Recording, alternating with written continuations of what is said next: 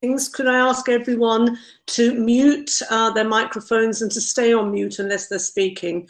If you're struggling with your bandwidth, the advice is to take the camera off until it improves. But if you are councillors, could I ask you all to turn your cameras on, please, so that we can see you for reasons that I will now explain.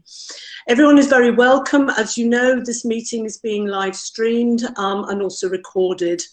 So it's important that we can see you all, because I'm going to be asking Alexa Coates, Head of Committee Services, to do the roll call. And rather than each of us having to unmute and come in, it just seems more efficient if Alexa can see us all and call out our names. So having done the welcome, I'm going to hand over to Alexa, ask her to do the roll call. If for some reason you think that she hasn't called your name, please do let us know, and then I'll be asking if there are any declarations. Can I ask that we use the chat function if you wish to speak, if you wish to intervene? There's a lot of us on this call. Maybe you have bigger screens than me, but I can't see everyone in one go.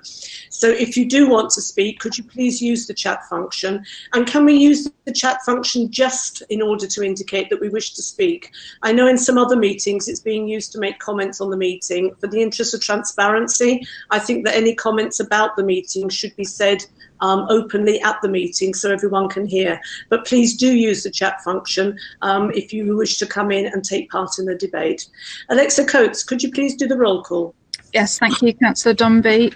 So I've had no apologies for absence, and I can see that we have Councillors McCoy, Councillor Aberlan, Councillor Batt, Councillor Crawley, Councillor Drummond, Councillor Foster, Councillor Garrett, Councillor Gordon, Councillor Haldane, Councillor Hicks, Councillor James, Councillor Pennick, Councillor Ramsey and Councillor Sakib present. Thank you, Alexa. And myself, of course, obviously. Yes, of course. Absolutely. Can I just check if anyone's been missed out? I wasn't holding, I wasn't checking. So if anyone has been missed out, could they indicate now, please? And if anyone has any declarations of interest to declare, could you please make them now? And again, could I ask all councillors please to mute? I can see that one councillor hasn't, and it'd be really helpful if you could. It improves the quality of the sound. Come on, get go. I didn't use your name, councillor. It seemed mean. Thank you. That's perfect. So we've done declarations of interest, and we'll move to item 3, which is minutes. Can I approve the minutes as a correct record? If you'd like to nod or do a thumbs up, that's probably the quickest way. I can see everyone indicating on the chat. I don't see anyone raising any issues. So we have agreement, Alexa, and we can agree the minutes as a correct record. There's no urgent business that's been raised with me, and as a result it means that we can move to item 5, COVID-19 update. Sorry, no, I see Councillor Crowley is indicating. Councillor Crowley, do you want to come in? Yes, I think that there is some, obviously there's some urgent announcements, aren't there? I mean, we've had 2 very large announcements in the last week that I thought are nowhere else on the papers, Chair, with regards to obviously the boundaries and the change of boundaries for the wards, which have been announced by the Electoral Commission, or not the Electoral Commission, the Boundary Commission, which is now going to go to Parliament and be laid in Parliament. There's nothing that anyone can do about that. Now that's going to happen. And the other piece of news, the other piece of really good news, is the £500 million worth of investment that's going to come for the new hospital, obviously, which is going to be down in Sutton. And I think that's a great thing for the borough, in the sense that I think it actually makes it even more of better that we're going to get the cancer hub now as well because of that. Because I think the infrastructure will be put in place, and the cancer hub will be much more of a going concern now as well. So I welcome both those pieces of news. I just felt we should put it on the record. Thank you. Thank you for that, Councillor Crowley. And in future, if you want to bring forward any urgent business to the meeting, please feel free to let me know beforehand. Obviously, both those announcements are very important. They have both been made publicly, and neither of them are on the agenda for this evening. Although, if you can find a way of weaving them in, I'm sure, particularly as far as the hospital is concerned, we'd be very happy to have that debate. I'm not sure where you're going to weave it in, but absolutely happy to have that discussion. So let's go back to I just did, Ruth, Councillor Williams speaking. I did just weave it in. So you just said, can I weave it in? I just did. Thank you. Right. Can we just remind everyone about good manners in these meetings? It is important that everyone has the opportunity to take full part. And that means if you wish to speak, please do indicate. As you know, I'm very happy to bring anyone in. But if we start speaking over each other, this is particularly difficult in a virtual meeting. I can see that some councillors think it's quite amusing. Actually, I think it's a bit rude. So let's move back to the agenda, and item 5, COVID-19 update, over to the Chief Executive, Helen Bailey. Good evening, Chair, and good evening, councillors. This is an update report or along lines that we've had at previous meetings of this sort, updating you on the way in which the council has been responding to the pandemic and marking, I think, an interesting point in time. So not at the time of writing, but at the time of this meeting, we've just had the opening up over the weekend of cafes and restaurants and licensed premises in the borough, which I think on the whole has gone very well. And some people are starting to feel that we are through it and out the other end. And indeed, we've ceased to run our hub for food distribution to the more vulnerable. But nonetheless, we are still very much focused on the fact that the disease is with us, although it's not as prevalent in our community as it has been. So you will see mention in the report of the need to produce an outbreak control plan, which will be considered by the Health and Wellbeing Board in a fortnight's time, as our Director of Public Health takes a more prominent lead in helping us to think and plan for the next stages. And of course, like many of you, I shall be looking at what's happening in Leicester and seeking to learn from that. In the meantime, here, as I say, we've been opening up some of our own resources. So playgrounds in parks and some of our outdoor gym equipment has now opened. Our libraries opened for the first time, not all of them, but some of them today. And as I think we've said in various communications, this is a slow and steady opening up of facilities as we gauge both the public appetite and our staff's ability to respond to it. So I know we had a bit of a queue for the library this morning, but staff dealt with it efficiently and well, and it worked well during the course of the day. So we've still maintained this building for some services, and some members of the public do need to come into it, but not many. And we are not looking for a complete return of our staff anytime soon, although some staff are working from the building when they need to because they're out and about in the borough or because they have particular other reasons to be here. But still the numbers are very small, and in line with government guidance where colleagues can work from home, they're still being asked to do so. Over the course of the summer, we will be working with schools in order to get all of our schools open and functioning in September. And that's very much, when we come to the work streams, going to be a significant work stream for us, as is the work that we are continuing to do with adult social care providers in the borough. And we will continue to monitor, because I think nobody is yet clear what impact this pandemic and the steps that we have all been part of will have on our community as a whole, and particularly on the more vulnerable people in our community. So there are some statistics in the report that tell you what we knew about that community at the time of drafting the report. And I think colleagues are here today who can provide some updates if that's helpful. I don't think I'm going to say very much more at this stage in proceedings, but I would like to bring in our Director of Resources, Mr. Simpson, who is going to say a word or two about the financial impacts, both the money we've had from government and the work we're doing about business rates grants as well. Richard, can I hand over to you? Thank you, Helen. Just I wanted to update members of the committee in a couple of areas that are within the report. So firstly, paragraph 7.5 in the report refers to, that's on page 11, refers to the discretionary business rate scheme, business grant scheme. So which came to the last meeting of this committee in June. So to update members now that the scheme has closed, we had 163 applications from businesses in Sutton, and 119 businesses met the criteria set out in the scheme that you approved at the last meeting. So we're writing to those businesses and hoping to make payments as soon as possible. So 44 businesses didn't meet the criteria. This leaves us with some money in the scheme, so there'll be a second round that we are expecting to launch this week of that scheme, and hopefully allow more businesses to apply over the next couple of weeks. So secondly, just to update a little bit on section 9, which was the finance section of the report. As you can imagine, there's been a lot going on even since the report was dispatched. So the report set out the financial impact of COVID-19 on the council's expenditure and income in terms of additional expenditure and lost income. At the time of writing the report, our estimate was about 23 million.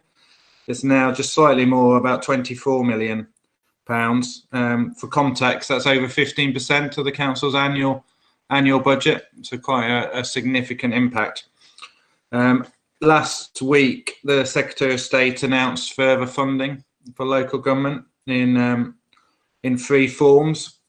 So another 500 million of unring fence funding. We're yet to receive Sutton's allocation, but we expect to hear this week. But I would expect it to be in the region of £1.5 to £2 million. They also, Secretary of State also announced a sales fees and charges recovery scheme, which means that government will cover 75% of our lost fees and charges over 5% reduction in our budget. So we cover the first 5% below our budget, and then the government will recover 75% of any further losses. At the current time, we expect that to be about 2 million, although we're still waiting for the definition of sales fees and charges. Although the Secretary of State assures us it's quite a wide definition. And finally, the government also announced the change in our ability to spread our losses on council tax and business rate. So normally they have to all be covered in 1 year, the following year. And the Secretary of State announced they could be spread over 3 years rather than 1 year. So that wasn't additional funding, it was just an additional flexibility. So at the time of writing the report, we were expecting a deficit against funding of about 5 million. As I've said, that went up to 6 million in terms of the additional estimate. But depending on the funding that comes through in terms of the 500 million and the fees and charges, that could be down to about 2 million, a net of 2 million in this financial year. And the 6.5 million that we expect to lose in council tax and business rates, that can now be spread over 3 years. So you're looking at just over 2 million a year rather than 6 million all in 1 year. So we expect to hear this week on those allocations. So I'm happy to update members of this committee when we get firm details around those extra announcements. Thank you, Chair. Thank you, Mr. Simpson, and thank you, Ms. Bailey, for the updates. As always, I'd like, just like last time, to thank council staff for their exceptional response to this crisis. Every part of the council is working incredibly hard to help us through. Obviously, there is a financial challenge, and Mr. Simpson's just laid it out. We're no different from any other places, and in some respects, slightly better off, partly due to our good financial management, but also, I understand, due to the fact that our fees and charges are very much lower compared to many other places. So our loss of income is lower than other places, insofar as we don't gain as much as other places. So interesting times, and certainly we're going to have to think about what we have to do to cover this gap. I think the fact that the government has allowed us to spread some of this deficit over a longer time frame is actually really helpful. I'm really struggling with the idea that we're going to carry on for much longer, lurching from one government handout to the next. We're all recognise that the government is doing what it can to provide finances to all sorts of different parts of the economy and society in these difficult times. But certainly the idea that we have to continue like this in such a short-term way, I think, is quite troubling. And I'm hoping that the Chancellor, certainly in the autumn, will be able to give us some certainty about the future going forward, because this isn't a good way to run a business. It's difficult to make decisions about the future, what we need to do differently, maybe in some cases need to cut, if we don't know what our financial situation is going to be like in years to come. And obviously, differently from the rest of the public sector, we have to balance our budget each year, unlike NHS and other parts of the public sector who can ask for more. Sometimes they get it, sometimes they don't. There's a lot in this report. I'm happy to take any comments. I was particularly struck by the amount of work that's gone in to adult social care and children's services and public health. And I've been saying for some time now, I don't think our residents have a true understanding of where the majority of their council tax is being spent. Obviously, residents have a lot of interest in planning applications, in street scene, what's happening on their doorstep. I think this crisis is actually bringing to the fore recognition that I would say between 60 and 70% of our budget goes towards helping some of the most vulnerable people living in our community. This crisis is certainly showing just how important that is. And I hope it'll be a way of raising recognition amongst our residents that this is what the majority of their council tax is going on. This is what we do. And in this time of crisis, I think it's really important that we all come together, recognise that, and thank our officers for the exceptional job that they're doing. So I'm happy to open up to a debate. And I've got Councillor James who wants to come in first. Thank you, Chair. And I mean, once again, I just echo that I think this report shows us, you know, the great response that the council has done with everybody really pulling together. But I just wanted to comment on page 7, which, you know, is really quite worrying for all of us. So the increase in people who are out of work, and, you know, that will probably go up in October when the furlough scheme ends. There's increased food insecurity. The voluntary sector have talked about increased loneliness and isolation, and then the increase in homelessness and the risk of rough sleeping. And then in addition to that, we've got the analysis by the Red Cross. So, you know, funding is going to be critical because we are going to see increased demand for our services. I think we're really lucky in Sutton because we have got good partnership working. And just looking at this, we'll need that partnership working more than ever. And just again, I just want to touch on the voluntary sector in Sutton because I think we take it for granted that we have a good partnership with the voluntary sector. But I know from other local authorities that the council and the voluntary sector do not work in partnership and as well as we do in Sutton. So I just wanted to make people aware of that. And that doesn't just happen by good luck. You know, that is a lot of hard work by officers and our partners. So yeah, I do worry about how we're going to finance the increased demand for some of the services that we will obviously see looking at this really. So yes, we're managing at the moment, but I don't know what the future will bring. Thank you, Chair. I think that's a really important point, Councillor James. Thank you for raising it. Clearly, while we continue with the health crisis and the health pandemic, we're also entering into an economic, I think downturn is too soft a term. I don't know if we're officially in recession, but certainly we're in an economic crisis. And the feedback that we've had from people coming to the hub over the last few weeks, interestingly, hasn't been so much about essentials. It's been more about their financial situation, their mental health, their concerns about domestic abuse. So we've got some very serious issues which are coming to the fore. And as you say, it's absolutely vital that we work closely with our partners in the health service, in the public sector generally, with our schools, with our businesses, particularly with the voluntary sector, because it's only by working together that we're going to find a way of providing the support that people need through these really difficult times ahead. Councillor Garrett, you have a question. Yes, I mean, it feeds into what you were just saying actually about sort of the economic uncertainty, lots of businesses as well as individuals struggling. Obviously, part of our income as a council now does come from our investment portfolio. I just wondered, obviously, notwithstanding the fact that it's obviously very uncertain, whether we've sort of got any sign of whether our tenants are under duress or whether that part of our income on top of everything else is how much at risk that might be. Thank you, Mr. Garrett. Who'd like to come in? Mr. Simpson? I think it's probably an easy answer, but it's too early to say, I think, in terms of how big a financial impact it'll be on the council. So none of the none of the tenants we have, there's a wide range of tenants, I suppose it's fair to say, in our investment property, which is part of the strategy to diversify. So we've got industrial units, we've got retail units, we've got office units, and they're across a range of locations, I suppose, mostly in Borough, as you know. And we've got leisure units in there as well. So we have obviously had conversations with a large amount of those tenants, and a large amount are looking for deferrals. So they're looking to spread the income they owe us over a longer period.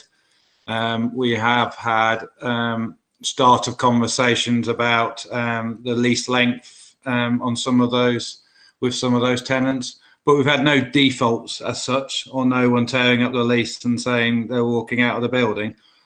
We have some retail leases that are linked to turnover, and I think the reason that the retail sector like a turnover lease is for times like this, where their turnover significantly reduces, they can manage their fixed overhead in a different way, and that's why landlords don't like them as much, because there's more variability around the income. But it makes sense more particularly in the retail sector, I think, given online sales and the like.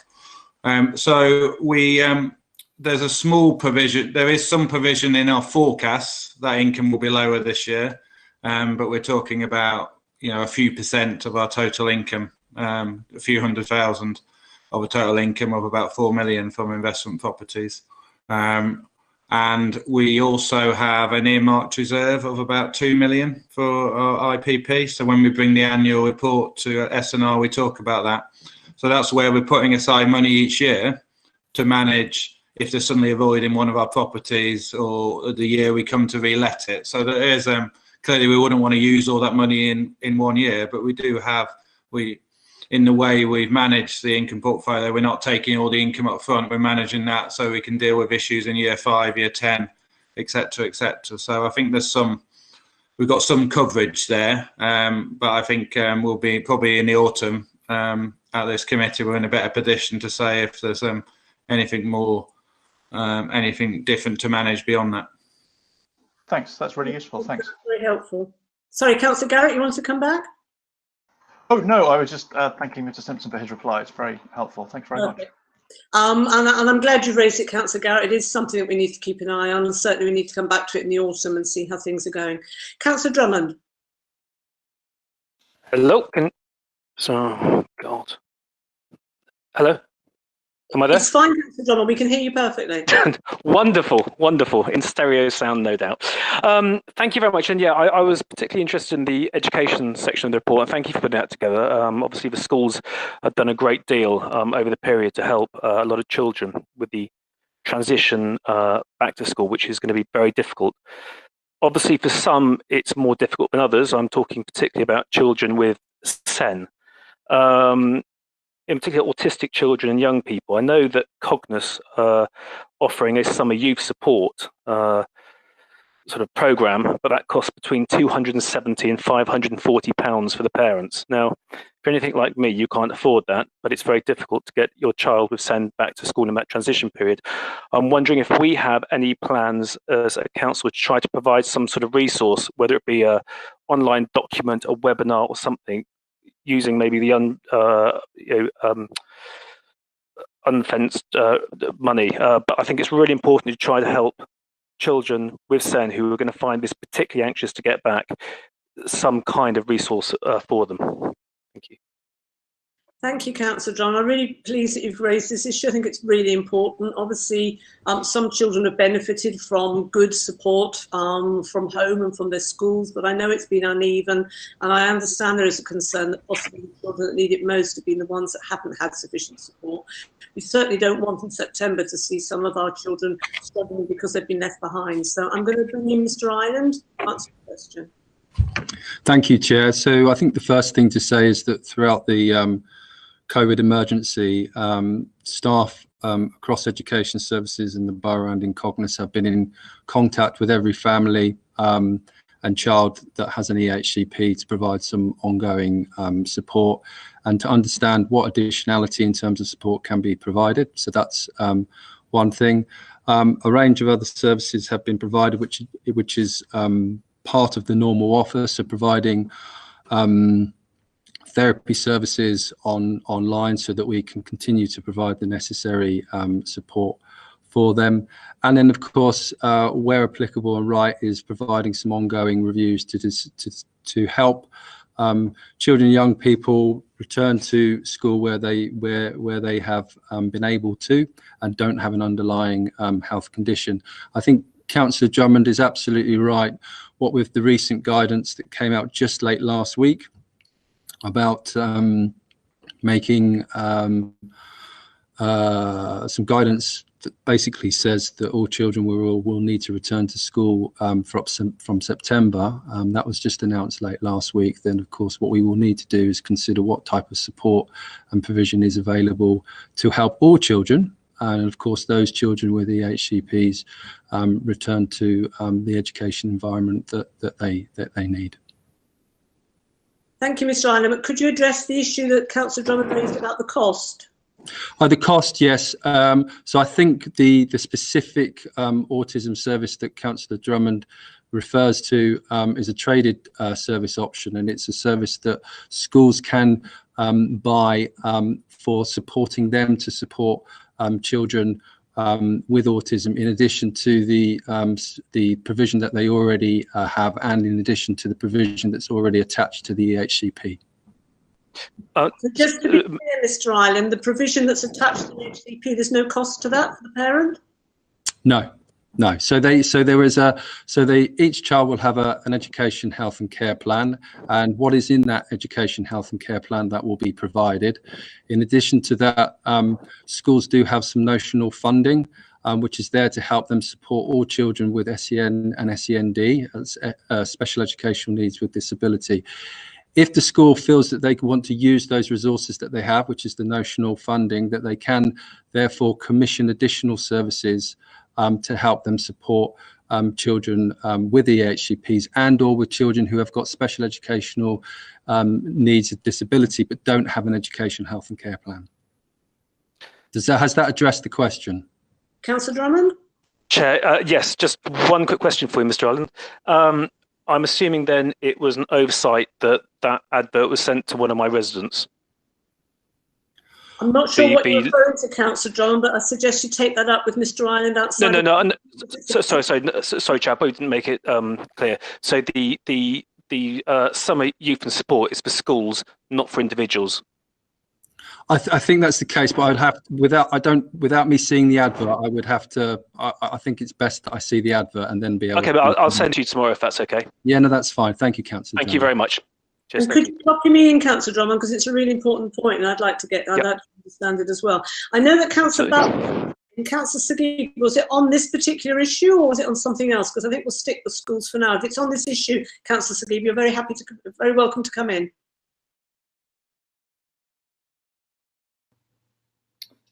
Sorry, Chair, could you repeat your last phrasing? My signal cracked up. That's okay. I'm just checking if you're coming in on this issue around schools. Otherwise, I'll bring you in afterwards. Yeah, I've got a slightly separate issue on schools. Okay. So if you want to raise your issue, and then I'll bring in Councillor Batt, and then I'll go back to Mr. Ireland. Councillor Sagib? Yes, thank you, Chair. I thank Councillor Drummond for raising this issue around SEND, and I know he'll share my concern that England's SEND funding has been reduced by 17% over the last 4 years.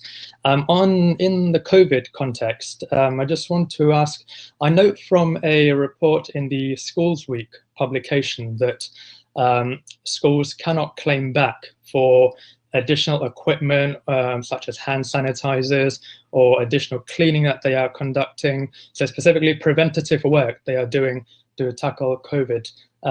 Is that the case indeed with schools in Sutton, that they cannot and aren't allowed to claim back for these additional costs? Thank you. And I'll bring in Councillor Batt as well, and then ask Mr. Ireland to answer both concerns. Councillor Batt.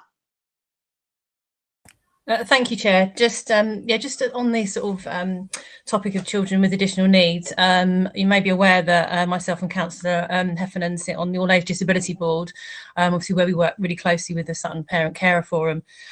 who've raised issues about some children that have been stuck inside for such a long time and really have struggled to access safe, open areas for play. So what we've done, we've asked council officers to work with the Parent Carer Forum to sort of identify schools that would be willing to sort of have their spaces used over the holidays. So I'm really pleased to see that's happened, because I think it's really important that parents get a bit of a break as well, and that the children actually have some safe, accessible place, especially as a lot of the activities that they would normally do over the holidays can't open because of this. So I'm really pleased to see that. Also, as well, I was aware that there was Cognos have offered like a free sort of telephone service to parents and to schools for children that might be sort of suffering from, sort of the effects, mental health issues. I think that was a free service by the psychology service, as I understand it. I think it was in the education bulletin. So I don't know if Mr. Ireland can just sort of explain a little bit more about that and what support they're offering to children. Thank you, Councillor Butt. Mr. Ireland, do you want to come in on both points?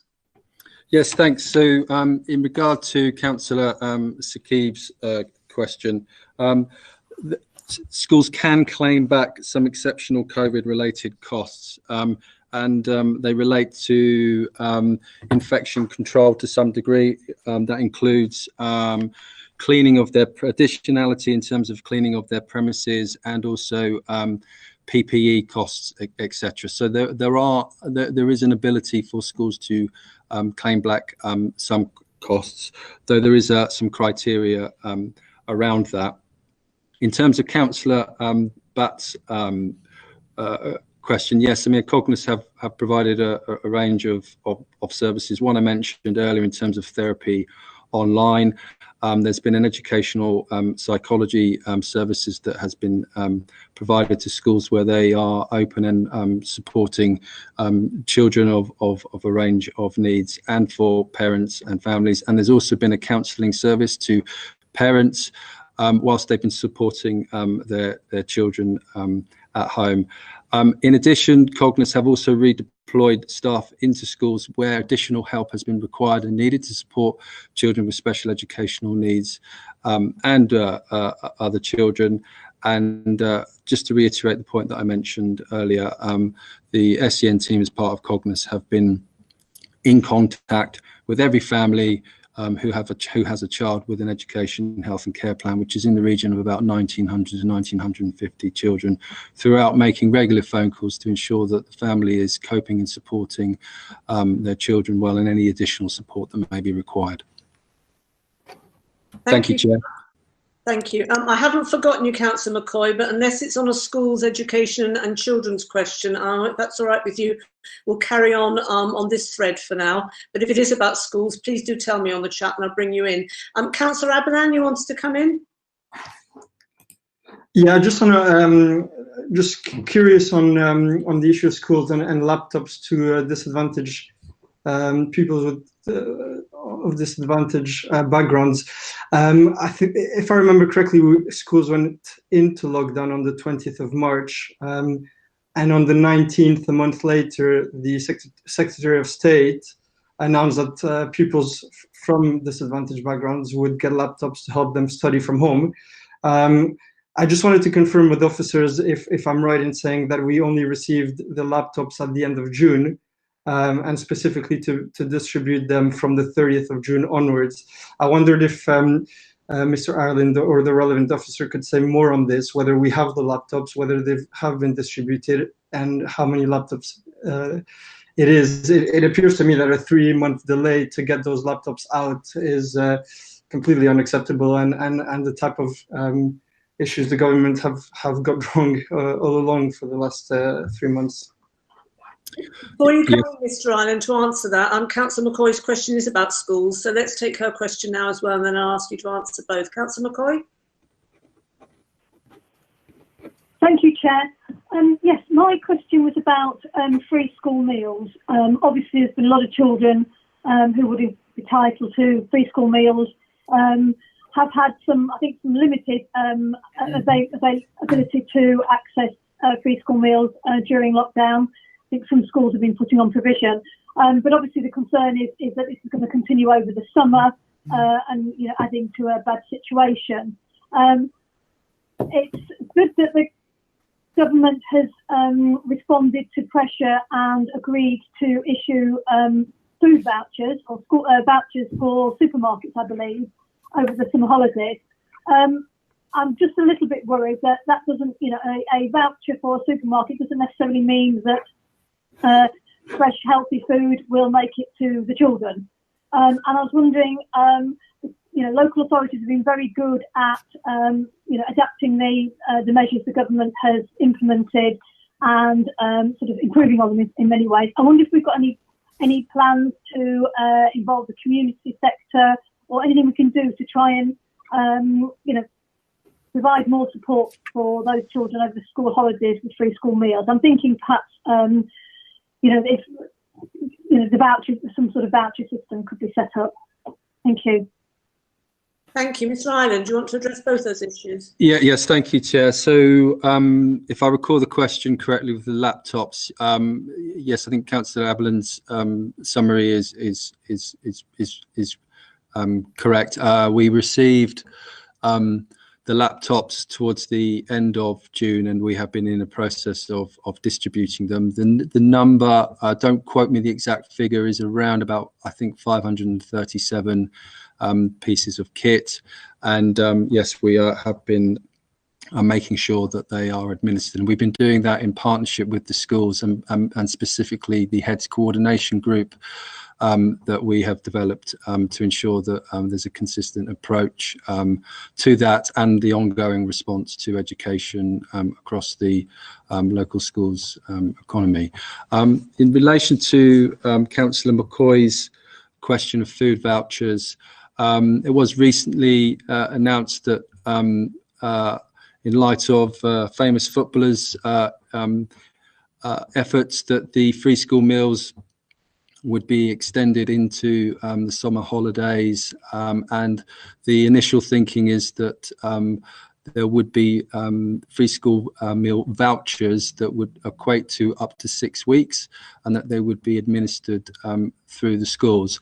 I think Councillor McCoy's point about how that's done and what type of additional support can be provided to ensure that all the right support is provided so that the children get healthy meals and so on through the summer period is a good point. And again, it's something that we will pick up and discuss in the Heads Coordination Group. Thank you. Thank you, Chair. Thank you. We've got another question from Councillor Sagib on schools, and then I think if we have a very long agenda this evening, it's probably good to move on. Councillor Sagib. Thank you, Chair. So further to the Prime Minister's speech last week, where he set out this Rooseveltian New Deal that amounted to a gargantuan £100 investment per person. Part of that speech included a £1 billion school building programme. That £1 billion coming after 630 million had been cut from this year's school building capital budget. Can I ask, do we have any information on how many schools in Sutton might be eligible for this school building funding and how soon they can expect to get any of that funding? Unless my colleague, the Strategic Director of Resources, has a different answer, I don't believe that we do know at this point in time. Thank you, Chair. I'm taking that as a no, and I can see Mr. Simpson shaking his head. So as soon as we get more clarity on that, then obviously be interesting to see what happens.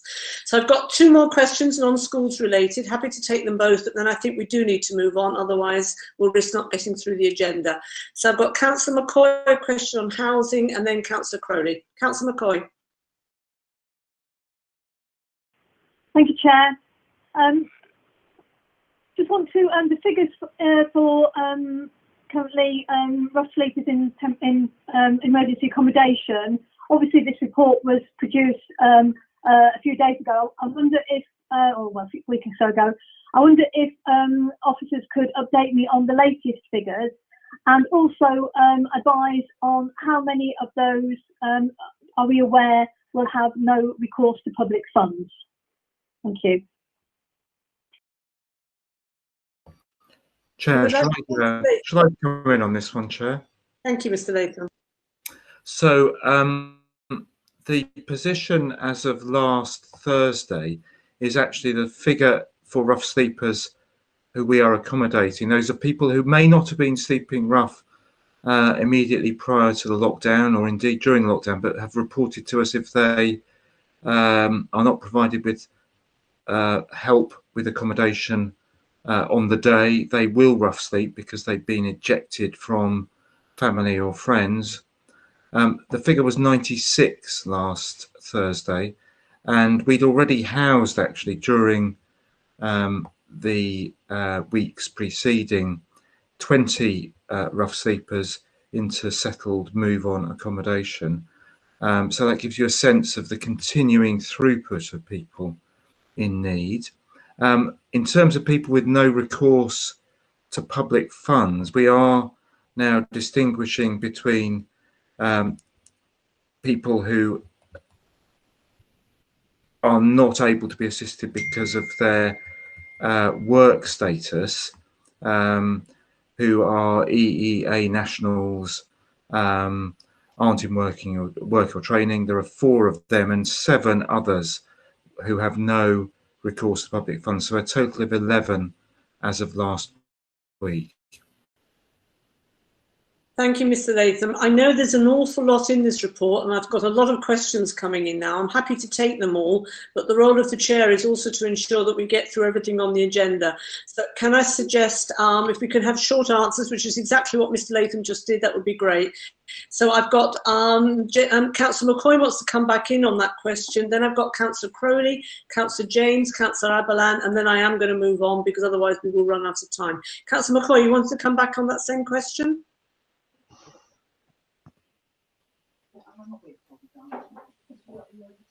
We can't hear you, Councillor McCoy. Can you hear me now? Yes, that's perfect. Thank you. Yes, I know that the issue of rough sleepers with no recourse to public funds is looking like being quite an issue, and I would just like to ask the opposition members if they will join with us in supporting some calls by local charities and the LGA for the restrictions on no recourse to public funding to be temporarily suspended, so that we can address this issue and deal with the government's ideal of, not having any more rough sleepers in our streets, which will be a fantastic outcome, a silver lining to a difficult situation. And just another point about apparently the suspension of evictions from the private rented sector. I just wondered how we think this is going to impact our homelessness figures going forward, which have already been looking a bit scary. Thank you. So I believe actually that was a call to Councillor Crowley, who wants to come in next. Can we have a quick answer to the second part of Councillor McCoy's question, Mr. Latham? Yes, Chair. The answer is we do not know the position in Sutton. Many charities, Shelter first and foremost, are predicting a wave of new homelessness as a result, but it's too early for us to say what the impact will be, but we think it could be considerable. Thank you. Councillor Crowley, so Councillor McCoy is asking if you'd like to join to lobby about people with no recourse to public funds, and you wanted to come in. We'll certainly speak to both the borough's MPs on this, and perhaps you'd like to write a letter, as you normally do, to them, because that seems to get us a long way in all of this. We'll actually speak to them and try and get something done. In relation to BAME, I know, Chair, that you spoke yesterday to Councillor Lily Bandy, and she's asked me to bring this up on her behalf, so I hope you'll just bear with me a second. She is very concerned about some of the more disadvantaged minorities within the council, within the borough, who are feeling very worried about the whole issue with what's been going on with Black Lives Matter and all the rest of it. And we are looking at trying to make outcomes better for people in these communities.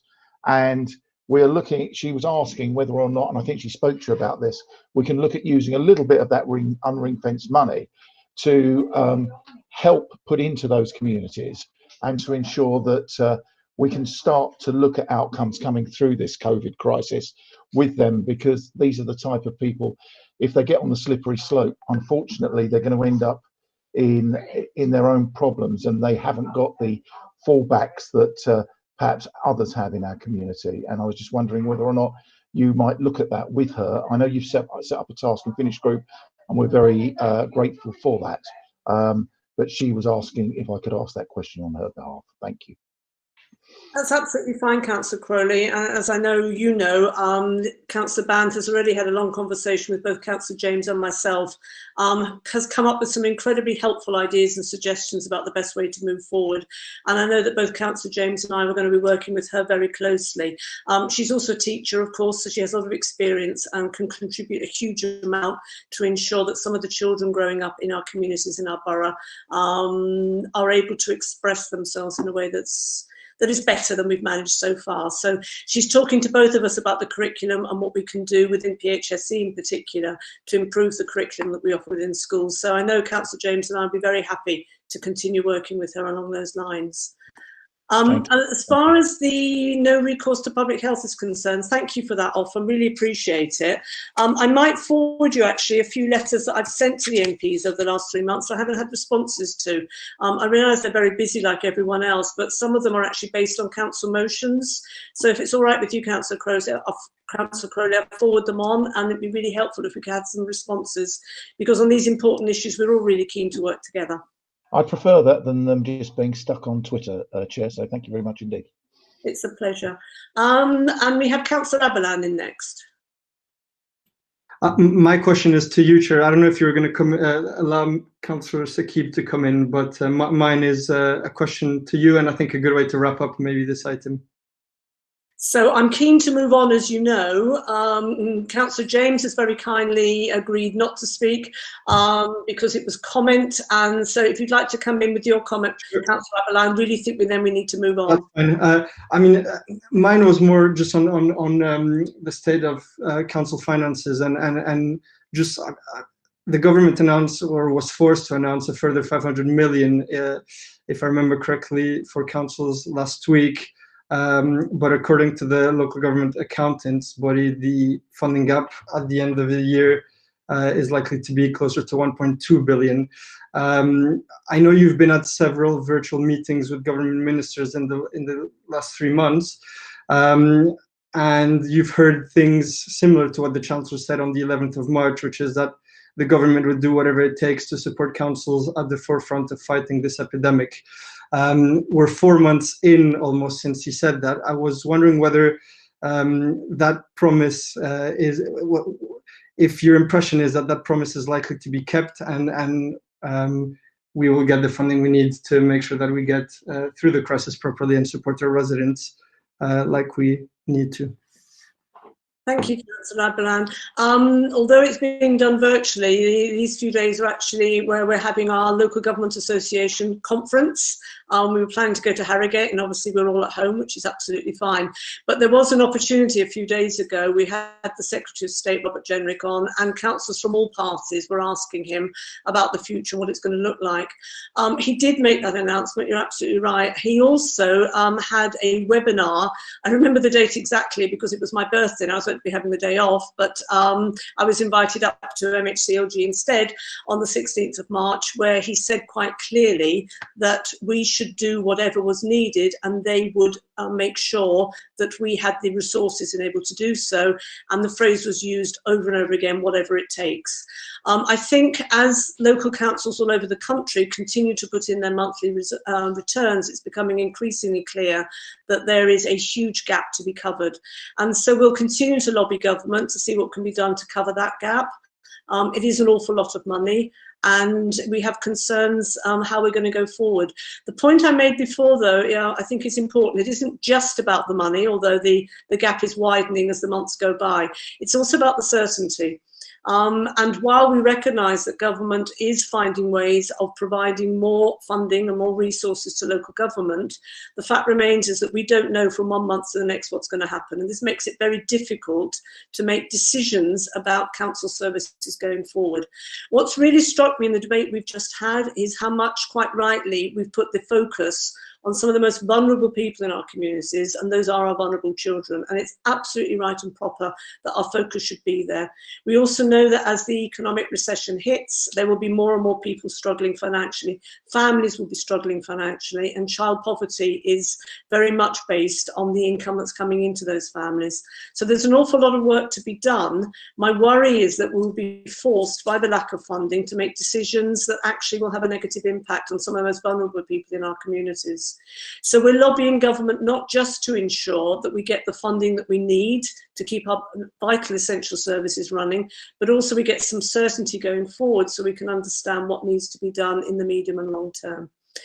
So thank you for that. It was a really interesting discussion based on an excellent report. I would like to thank officers again for all their hard work.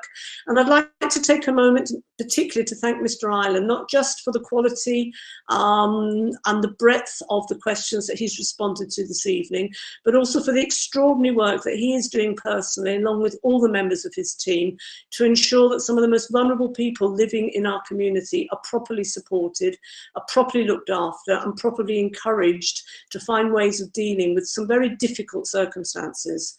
One of the things that's coming out quite strongly from this crisis is that it is affecting all of us, and it's affecting our mental health in different ways. Some of us are coping, some of us aren't, and there's an awful lot of different variations of how we are coping. It is a fact that people who are struggling anyway for all sorts of reasons, whether it's financial or others, are finding the situation increasingly difficult. And I know that Mr. Ireland's team is having to deal with some very, very difficult circumstances, families that are struggling to cope, and they're doing so with care and compassion. And on behalf of all of us, I'd like to thank you, Nick, and all your team for the work that you're doing. It is absolutely extraordinary. You are working long, long hours, and you're providing essential support to people who are really on the cusp of crisis as well as having to deal with crisis. So if you would please pass on our grateful thanks to everyone in your team. You're doing an exceptional job, and we are honoured to work with you, sir. On that basis, can we move then to the recommendation in the report, which is to note and endorse the actions? Is that agreed? A nod or a thumbs up will be sufficient, and there's general consensus for that, so thank you. And that means that we are now moving on to item 6, safer, active, greener streets. Mr. Latham, would you like to start us off?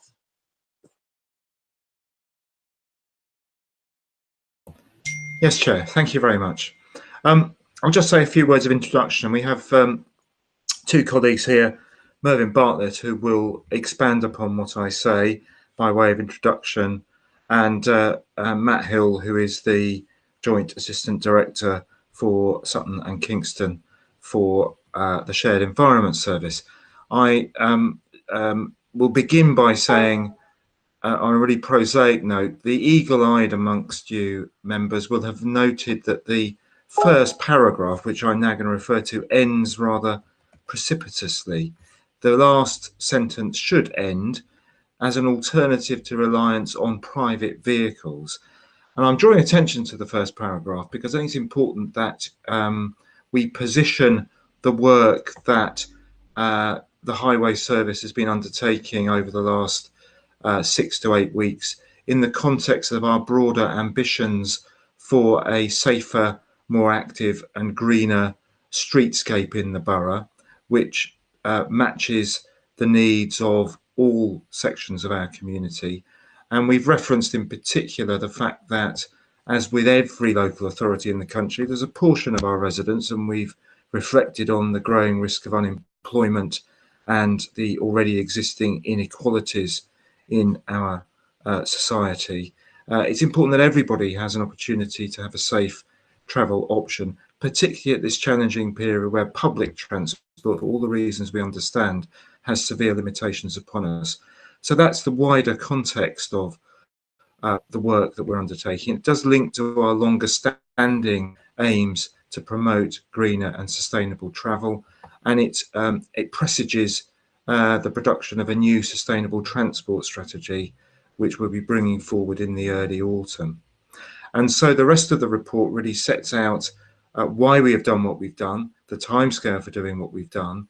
And I should at this point draw your attention, Chair, to the very late in the day additional dispatch that you and other members of the committee received, and I'm sorry it was late in the day, but I think that reflects the fact that this is a very fast-moving agenda, and we needed to work with TfL to match their funding announcements with our bids, which were included as an attachment to the report, and we've updated the summary of the bids to reflect the allocation that we've received and the reserve allocation, indeed, that TfL have identified. The final one to say, Chair, is, as we've highlighted in the report, we've built in these bids on existing work, existing engagement and consultation, which has taken place on many funding streams, the local investment programme known as the LIP, the cycleways projects, our road maintenance programme overall, and of course our livable neighbourhoods bid, which, like all livable neighbourhoods bid, was curtailed when the COVID lockdown took effect. And we've had to respond very promptly. We have built on those pieces of work, as I think is evident from the bids. And as you'll see in the update and in the on the map that we attached in the second dispatch, which shows which schemes TfL have indicated support for, we are looking at many of those projects which we were undertaking work on coming to effect, albeit not quite in the circumstances we envisaged. So I'll pause there. I'll invite Mr. Bartlett to add to that, and of course we'll be very happy to pick up members' questions in due course. Thank you, Mr. Latham. Mr. Bartlett? Thank you. Good evening, Chair and councillors. I'm on page 27 of the report. This item is all about what we're doing to modify our highway network to help encourage more use of environmentally friendly modes of transport. This is important in order to help address climate change in the longer term, to tackle poor air pollution, and to help road space reallocation. In the short term, it's part of the council's response to COVID-19. There's further information on what we're doing in section 3 of the report, and I won't repeat all that now. As members will obviously be aware, COVID-19 has affected TfL's budget, and our annual LIP programme, which was mentioned a moment ago, has been put on hold effectively. TfL negotiated a £45 million of funding for the first half of the year from the DfT, which boroughs can bid for, with schemes that promote social distancing and support cycling and walking most likely to be funded, and also those that promote road safety and lower traffic speeds. We've also been able to bid for funding from the DfT Direct, and this report summarises the bids that we submitted to TfL and DfT. There's a summary in Appendix A, school streets plan in Appendix B, and a plan of schemes in Appendix C. There's also a new plan just circulated today by Mr. Hill, as well as an update to the main schemes plan Appendix C. There's one Appendix D, which is the plan that shows what we've actually got funded so far, and that's also in the amended Appendix A. It is, and I think those are the two key words Mr. Latham used, fast moving. Why we've circulated information just today. We're in an ongoing process of clarification with TfL. We're still expecting to hear about more funding announcements from TfL. I think 26 million of the 45 million has so far been allocated to boroughs, so there's still things to play for. I think it's fair to say that our level of ambition, as you'll see from the table, is ahead of TfL's level of funding. The schemes comprise measures designed to create low traffic neighbourhoods in several areas, building on programmes underway or part delivered. Also funding submissions that were previously sent to TfL, livable neighbourhoods bids, and a number of more local improvements to support cycling and walking. There's also 16 school street schemes and a comprehensive programme of cycle parking. We also submitted a bid to cover our estimated sunk costs, i.e. our spend to date this financial year. Paragraph 4.7 and beyond provides more detail. In terms of consultation, I'd refer you to paragraph 4.9 I think this is very much an engagement process, remembering a lot of the schemes will be using temporary materials and will be introduced on an experimental basis, with our aim being to monitor and review, as we've done with temporary measures we've already introduced. I think the key point for me to finish on is that the programme is challenging, because we need to get our schemes that we've got funded delivered by the end of September, and that's really important, because that's the key to unlocking further money that we hope will be forthcoming for the rest of the financial year after the end of September. Certainly, we've been told that we need to deliver DFT schemes in order to get further DFT funding, which they've said will be available, but we don't know how much. TfL, I think, will be in a similar position, but that's still to be confirmed. I'll leave you with the recommendations in section 2. Thank you, Chair. Thank you, Mr. Bartlett. And I do recognise how challenging it is. It is fast moving, particularly when we find out that the money is being already allocated. So the time that we had to do various levels of engagement and consultation are long possible, because we have to get our bids in so quickly. And we seem to be being put up, competing against each other, which I think is unfortunate. I'm not sure on what basis these allocations are being made. I'm not sure there's much transparency around it, but it is very frustrating when we have a lot of well thought out bids and then we only get they are only partially funded. It does make things very difficult. Councillor Aberland, did you want to come in on this item? Yeah, I just want to, I think Mr. Latham and Mr. Bartlett gave a good summary there and outlined the process and next steps quite well. First, I just wanted to thank officers for all the work they've been doing on this. They've been working under a lot of pressure, and we obviously have quite a small team in the Highways Department. So there's been a lot of added pressure and changing deadlines, and that has obviously put a strain on the team. But on a positive note, I think bidding for 3.5 million, nearly 50 measures for the borough outlines our ambition and how seriously we take this. I think we're in the top tier of London boroughs in terms of both amount of funding bid for and the amount of measures bid for. I think it's true to say that normally these schemes would take 18 months to deliver, and we're trying to do this in 6 months. So I think there's going to need to be an understanding around that from both councillors, the community, and that we are going to have to be in listening mode and adapt, like we've done with other measures around, for example, the gyratory in Sutton. I'm really pleased that we've almost secured £1 million of funding so far, which again puts us in the top tier of London boroughs. It shows that our bids are good. And I think more importantly, and this is perhaps a contribution I wanted to make, is talk about the wider picture and why we think these interventions are an important step in creating the type of area and neighborhoods we think our residents are going to be pleased to live in. And so our ambition is to create neighborhoods where you have less noise, less non-residential traffic, less speeding, neighborhoods where that are not just dormitories, but where people are sociable, they care for one another, they like to spend time in, and we've seen a lot of additional people cycling and walking around their local streets. So I think we want to capture that community feel of that we had in lockdown, even though it was socially distancing. The mayor of Paris said something which I thought was quite interesting, is in Paris, she's trying to create neighborhoods where people say bonjour to each other, which I thought was a good way of picturing what I think we're trying to create. We want people to shop locally. We want greener and cleaner streets with good air quality.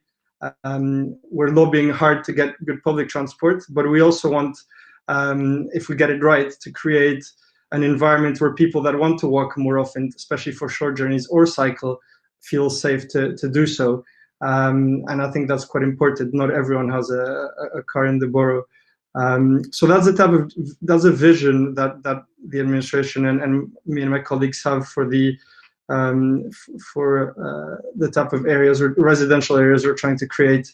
And luckily enough, I think it's quite rare that the government, the mayor and boroughs are aligned on this agenda. We showed our ambition to deliver this already by putting our Livable Neighbourhood bid earlier this year. But now we're being mandated by government and by the mayor to also deliver on this. And as officer said, the only focus on highways for the next 6 months is on this, which outlines the level of importance that it has not only locally, but also regionally and nationally. So hopefully we can all work together on this, and we can take this opportunity to make a big contribution to our residents. So that's my initial remarks, and I'm sure I'll want to come in a bit later on in the debate. Thank you, Councillor Abelan. And as you were speaking, I was reflecting on the fact that this picks up very strongly the conversations, the debates we were having about climate change before we got into the health crisis. And I think it's really important that we do pick up those issues again. I know there's cross-party support to ensure that we provide livable neighbourhoods, low traffic neighbourhoods, sustainable transport options. So I'm really glad that we're having this opportunity to take it forward. Councillor McCoy. Thank you, Chair. Yes, I'd like to echo Councillor Abelan's comments about, the amount of work that officers have had to do in a short space of time. They've done well to deliver so much. And again, it's one of these situations whereby a crisis has allowed us actually to deliver some of our ambitions sooner rather than later, and sort of made the funding more flexible so we can deliver this. So the 2 points I want to make. First of all is around obviously, one of the key things is we want to help get the local economy back up and running. And contrary to one of the common myths, it's actually people who travel to town district centres by cycle, by foot and by public transport.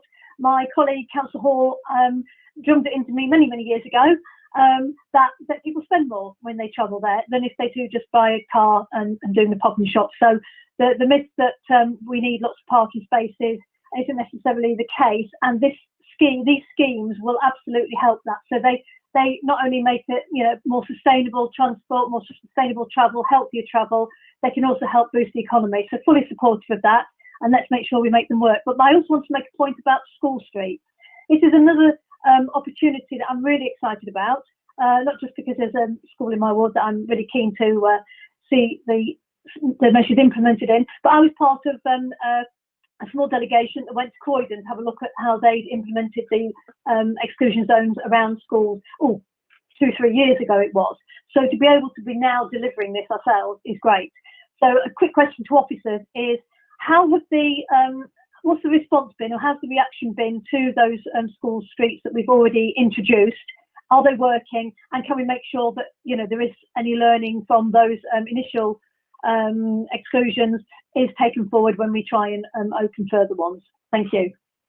Thank you, Councillor McCoy. Before I bring in officers, I'll bring in Councillor Haldane. We'll take a few questions together. So that's a question about school streets. Councillor Haldane. Thank you, Chair. Yeah, I'm really excited by this and look forward to seeing schemes come to fruition. It's good news that it will be happening quickly and will quicker than things normally happen. But just a bit worried about consultation and having stakeholders involved, and I'd like them to be. So I just wondered if I could ask a question about how we might do that given the short timescales involved. Thank you, Chair. Thank you, Councillor Haldane. We'll take those two. I don't know if Mr. Latham or Mr. Bartlett want to respond. I'll kick off on the second question, and perhaps Mervyn and Matt could pick up the response to the school streets so far.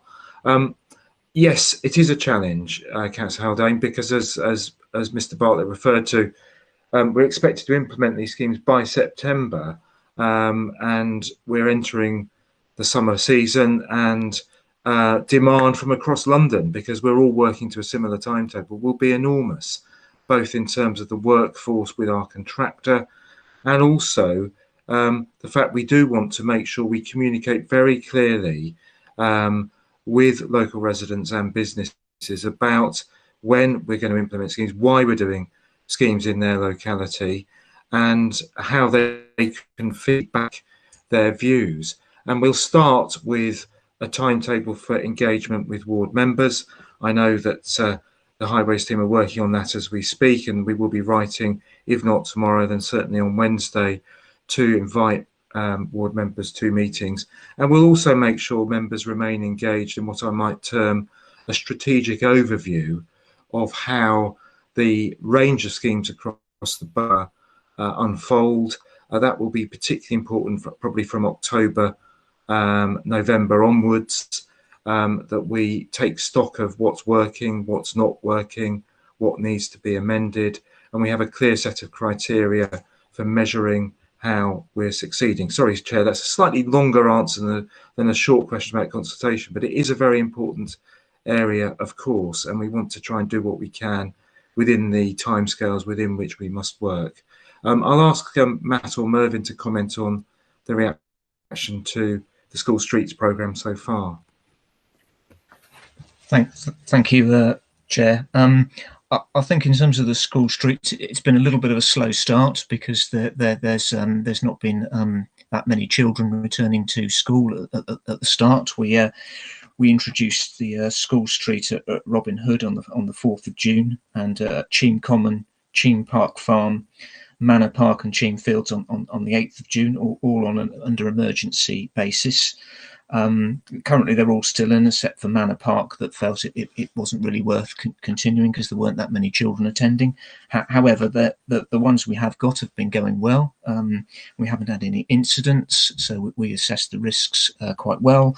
And I know we're having weekly review meetings involving the lead counsellor, and all the schools are interested in what's going to happen in September, as indeed are we, and we're pressing TfL to confirm funding in that respect, so we can really get going. We will of course take on board any learning points we've got. We're thinking carefully about the issues around school streets, but so far all going fine.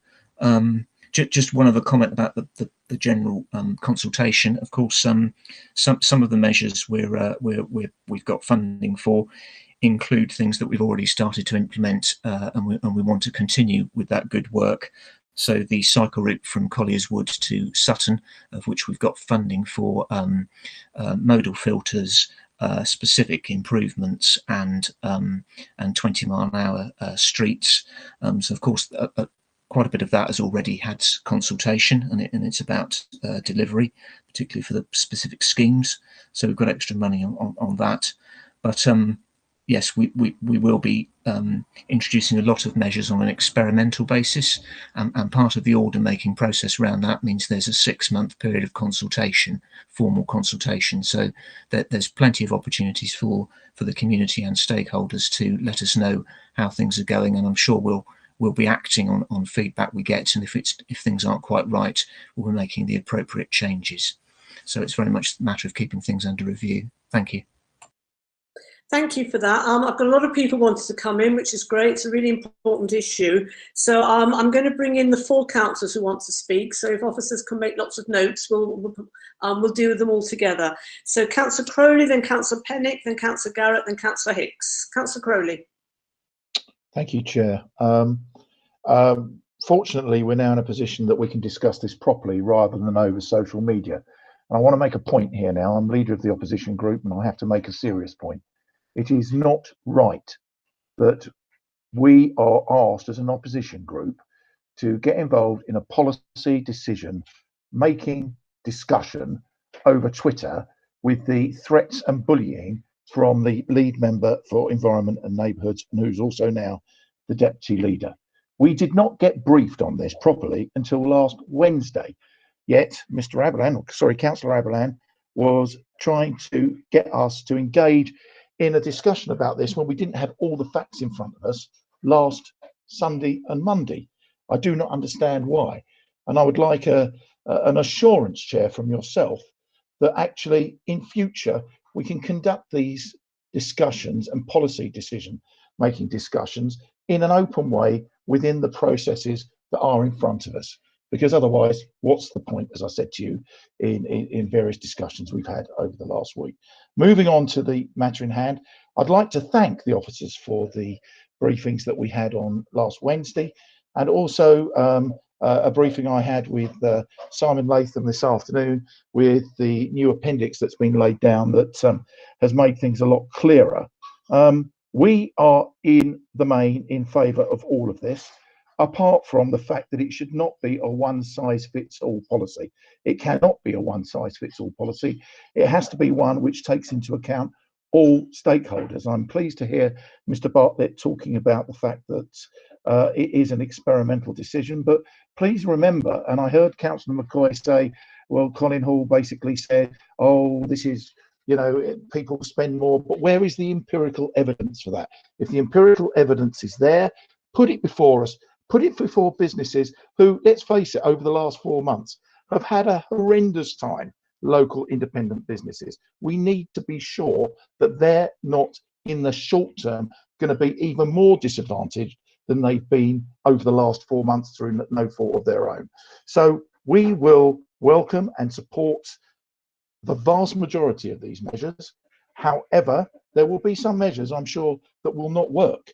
And I think there's something else that we need to do here, which is ensure that we have the courage that when measures do not work, we don't just blindly plough on with them and say, no, it's got to work, we're ambitious, this has to work. It has to be done in a way where we go, got that wrong, sorry, get out, let's move on, try something else. We should have done that with the shared space scheme earlier than we did down in Ackbridge. We eventually got out of that, it cost us a lot of money. By looking at something and realizing it's not working quickly and being nimble on our feet, I think that we can actually make these things better for everybody. And I do notice one of the interesting things about the new appendix, Appendix C, I think it is, that's in front of us, is that a lot of the areas where there is very low PTAL have been pretty much taken off now. And I think that's welcome, because they are the areas where some people do need to get around by cars because the public transport infrastructure isn't there at the moment, and we need to keep pressing for that. And I hope that cross-party we can continue to do that as well. So that's my comments, and thank you, Chair, for listening. Thank you. Thank you, Councillor Crowley, and thank you for your support for these schemes. I think it's really important, and I absolutely take your point that we need to try things out, and we need to recognise we won't always get it right. We need to ensure that we give some of these schemes an opportunity to embed so that residents can see what it actually feels like. We know that from experience in other parts of London that some opposition has actually faded away when they've recognised that as a result of the scheme, their living environment is so much better. But I absolutely agree with you and recognise that we need to try out some of this and recognise when it's not quite right, be able to tweak it quickly and nimbly. I like that word nimble, and we'll come back to it. Thank you. Councillor Pennick. Yes, thank you, Chair, and I agree with that. I think these are temporary measures which will enable residents to see the benefits, and I think local businesses will see the benefits as well. So I'm very positive about this. My comment really is about the funding. As Mr. Bartlett said, Sutton's ambition here is a lot greater than TfL's, and we have quite a funding shortfall. I'm wondering what the possibility is of getting extra funding for this, what the kind of future looks like, and how we're going to prioritise if we don't get any extra funding. Are we going to have to cut back on the schemes, or are we going to do each of them to a lower standard in some way? Because at the moment, I think they're only funding about, well, a quarter or so of the amount that we asked for. So I'm wondering exactly what we're going to do and where the extra funding will come from. Thanks. Thanks. So if officers would like to note that question from Councillor Pennick, we'll take a few together and then come back. Councillor Garrett, bonsoir. Bonsoir à tous.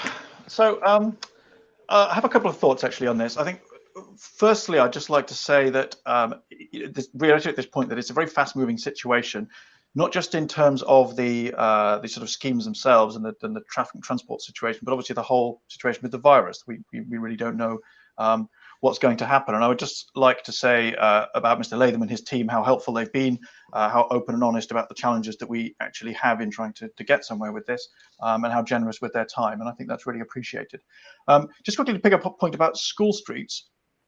some years ago, I argued back in the olden days when I was a member of the Beddington and Wallington Local Area Committee, there was a plan to put a very unpopular crossing on the Chase, and I argued that we should make it a school street before the term school street existed, and unfortunately I had no support. So we could have been a pioneer there if you listen to that very wise Councillor Garrett. So I can only endorse that as an approach generally.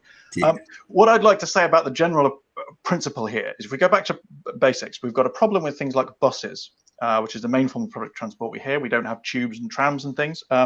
So the issue is obviously lots of people who would get on the bus don't get on the bus, and so they end up on the getting on their car, causing a massive traffic jam, and no one can get anywhere. So obviously the objective is to try and balance the amount of traffic on the streets by allowing those people who can cycle to do so, or who wish to cycle, make it easier for them, and alleviate some of the traffic problems that we're foreseeing when people all rush back to work.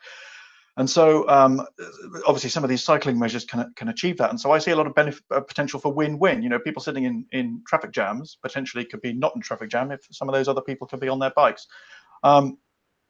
What bothers me is that the potential for win-win is being sort of slowly turned into the inevitable turf war between drivers and cyclists, which tends to pop up with this thing.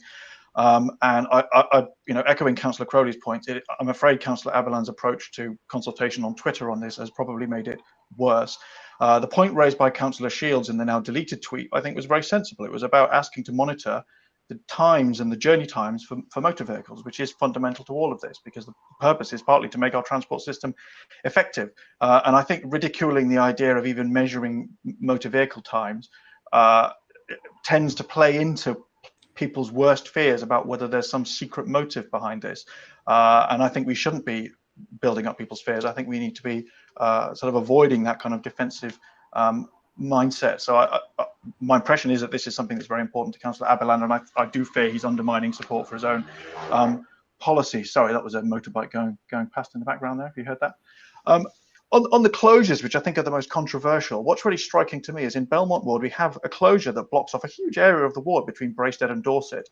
And occasionally there have been concerns about whether that closure might be removed. And I can tell you that it would be incredibly unpopular. We put some monitoring in there because we were concerned about motorbikes going through, and people thought that might be the precursor to removing it. So I think these closures, I think the idea that they're a very negative impact, you know, when you look at where they've been in for a long time, residents absolutely love them. I think if we tried to take that out and turn that whole section of Belmont into a rat run, it'd be very unpopular. So in terms of more practical suggestions, I think in line with the amendment which I suggested last month and which was accepted about, I'd like to make sure that the schemes that we're bringing forward are well designed and well implemented and monitored for their ongoing impact because of this dynamic situation. I think that's mentioned in paragraph 4.11 of the report, that TfL want to see that kind of dynamic ongoing monitoring, but I'm not quite sure what the process is, or there's nothing in here that says what that is. And I don't really think that this monthly S&R meeting we want to turn into the monthly cycle debate. So it would be useful if we could have some forum to discuss that, and particularly maybe more frequently than monthly. We don't want to have to wait a whole monthly cycle to address concerns if they're appearing on the road and looking dangerous. And last time we looked at the scheme in Sutton Town Centre and the issues with that, and I think it's now been in for more than a month. And you know, I'm not sure still that scheme is working well. I was there in the week and I saw a cyclist cycling in the traffic lane, not in the coned off cycle lane, because I guess it wasn't apparent to him that entire lane had been reserved for him to cycle safely in, and he was just, you know, mingling slightly dangerously in the traffic. So I think even the simple schemes that have been in a while, I'm not sure it's clear to residents what they're meant to achieve. And likewise, the one in Worcester Park, I'm not quite sure whether that's the right place for that, how many cyclists are using it. And so my fear looking at the plans we have here is that some of these schemes are much more complex, much more difficult to get right. They have a much wider impact, particularly things like the point closures, where the impact is quite unpredictable, I think. So my worry is that where I'm not sure we've got it right with some quite simple and obvious schemes that you can judge on paper whether they're likely to work, my worry is that with the more complex ones, it will be much more difficult to get it work. And the dynamism we've spoken about, the agile approach, as Councillor Crowley said, where we need to look at it and admit it's not working and change it. I'm really keen to make sure that does happen and we don't get into this defensive mindset. So I really would like to understand how we're going to propose that. I do have a couple of recommendations that I'd like to amend, which I've spoken for about 4 hours now, so we can come back to those if you like. But those are really my concerns, that we make sure the schemes are doing what they said they should, that we're monitoring to make sure that they change, and that we have a better approach to communication so that we're trying to build bridges and not walls. Thank you very much. Thank you for that, Councillor Garrett. I appreciate those comments. I think they're really important. I don't think we need to add in extra recommendations because, as you say, they're all included in the report. And I know that officers will be providing regular briefings and updates on these reports, but I'm glad to hear the level of support. And I agree with you, we need to look at them more carefully and see if any of them need tweaking. I'll bring in Councillor Hicks and then I'll ask officers to respond to the debate, and also Councillor Abbo if you want to come in at the end. Councillor Hicks. Thank you, Chair. I like the idea of the Bonjour Society. I think there is a general attitude amongst my neighbours and residents around here that they're more willing to speak and talk, mainly, I think, probably because they haven't got the constant drudge of endless commuting. So I hope that society changes to more of a basis of working from home and giving people the chance to the opportunity to enjoy life rather than having to struggle for life. I've got very specific questions. The maps have changed quite dramatically from the original agenda to the current maps that have come out today. Can you confirm for me what is happening with York Road, Langley Park Road and King's Road? It's just a very specific question. They're shown as modal shift at the moment, whereas before they were shown as road closures. So we'll come back to that when I ask officers to reply to all the points. Was that your question, Councillor Hicks? That's fine. Yes, it. Yeah. That's fine. Thank you. In that case, I'll move over to officers to address some of the issues. Obviously, are expressing agreement that this is the right way forward. Some of them are raising concerns about how we're going to ensure that we do make the necessary tweaks. But there's a lot in there. So, Mr. Latham, Mr. Bartlett, Mr. Hill. Shall I kick off, Chair, and then invite my colleagues to follow? Just thought I'm really picking up the funding question from Councillor Pennick. We will have, I mean, it sounds a bit trite to say this, Chair, but we'll have to cut our cloth according to our means, and our means in this case are determined through the DFT and the TFL programmes. And all I would reinforce is this is why it's important that we do deliver in line with their expectations in terms of timescale, because that gives us the opportunity, and the DFT in particular emphasising this, to bid for more in the autumn. So that would be my response to Councillor Pennick's question. And I think there's such a variety of topics covered in Councillor Garrett's comments and questions. I think all I would say is, yes, building bridges, not walls, absolutely what we want to do. And it's great to hear that in his ward, a road closure is something people would fight strongly against, because we believe, as I think has been aired already tonight, Chair, that once people see the impact of quieter, more pleasant and more active streets, they will begin to sign up to a locality which is going to be, we hope, more beneficial for them and their families, their children. So I'll stop and ask if Matt or Mervyn have any further points they wish to add to those questions. In particular, Councillor Hicks, very specific question. Thank you. Thank you, Chair. Yes, the plan that showed York Road and Langley Park Road as road closures, they've been more accurately, I suppose, redefined as what we're calling modal filters. So this would allow people to walk and cycle through, but not drive through. So that's in essence the difference there. I think an interesting comment about the Worcester Park scheme and whether it's in the right place. I know we are monitoring the number of cyclists using that scheme very carefully. I also take the comment about the Sutton Town Centre scheme, and I think yes, not perfect, and I know we implemented it on the 22nd of May, and the layout was amended on the 20th of June to help cyclists. We've also made change to the Worcester Park scheme that was introduced on the 29th of May. We amended that on the 29th of June to help right turners, and similarly, temporary schemes we've had in Hackbridge and Wallington, we've made some amendments during June, taking on board comments that we've had from councillors Liberal Democrat and Conservative on the Sutton Town Centre. I think, as with a lot of cycle facilities, you will get cyclists using them, but inevitably you will get the occasional cyclist who's more confident and doesn't wish to use the cycle lane and cycles along in the traffic instead. Quite frustrating, I know, both as a driver and as a designer. I think those were the main points I was going to come back on. Thank you, Chair. And if there are, thank you. And if there are any more specific questions about details of the schemes, obviously there'll be lots of opportunities to engage with officers and take this forward. Councillor Garrett, I see that you want to propose a couple of amendments to the recommendations. This is becoming a bit of a pattern. There's nothing in what you've said so far that isn't covered in the report. So I'm reluctant now to spend quite a bit of time trying to come up with suggested wording, unless there's something specific in the recommendations that you don't agree with. I'd quite like to suggest that we move on. It's 9 o'clock and we've only dealt with 2 items. So is there anything in the report and the recommendations that you specifically don't agree with? Well, I really don't see how I can, 2.3, endorse the approach to engagement on the programme henceforth, which has involved trolling me on Twitter. I think it would be difficult for me to endorse that hand on heart.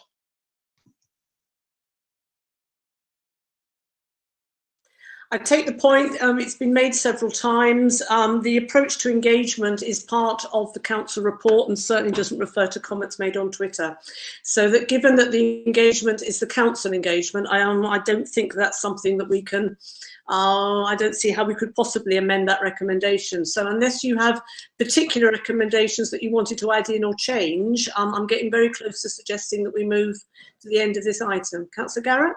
Okay, I think it's your prerogative as chair to deny me the opportunity to propose an amended recommendation, but I have just in the chat posted a proposed recommendation. It's up to you if you wish to deny me time in the meeting to formally propose it and for anyone else to formally second it.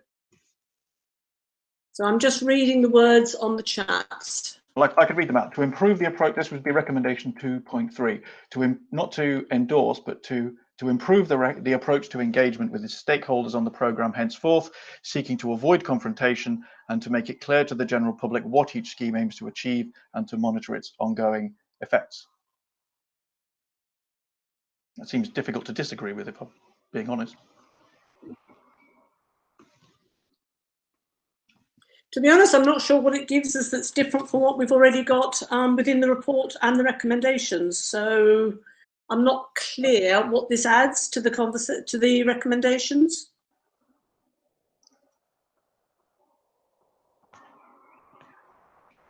I agree, Ruth. I don't think it changes the substance, and I think a lot of what is in Councillor Garrett's recommendation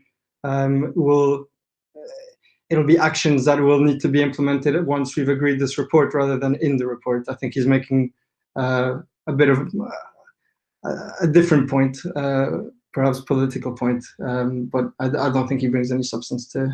I do think the point he's making about monitoring ongoing effects is really important. So I'd like to suggest that we amend recommendation 3 to say to endorse the approach to engagement on the programme henceforth, and to make it clear to the general public which each scheme aims to achieve and to monitor its ongoing effects. I think that would be actually quite helpful. So if you're in agreement, Councillor Aberlan, we can take that as a change to recommendation 2.3. So it would be to endorse the approach to engagement on the programme henceforth, making it clear to the general public which each scheme aims to achieve and to monitor its ongoing effects. Yeah. Are you comfortable with that as an amendment? And could I just say a few things just to perhaps reassure? Yes, of course. Just a few thoughts to maybe wrap this up on some of the points that were made during the debate. I'll try to be quick. I mean, I welcome the comments that were made by opposition members. I think I prefer to talk in substance and about specifics, and if they have specific points to make on specific schemes, that will be always welcomed by officers and by myself. That's why I was a bit surprised and disappointed that they didn't propose any schemes in the run-up to the bids.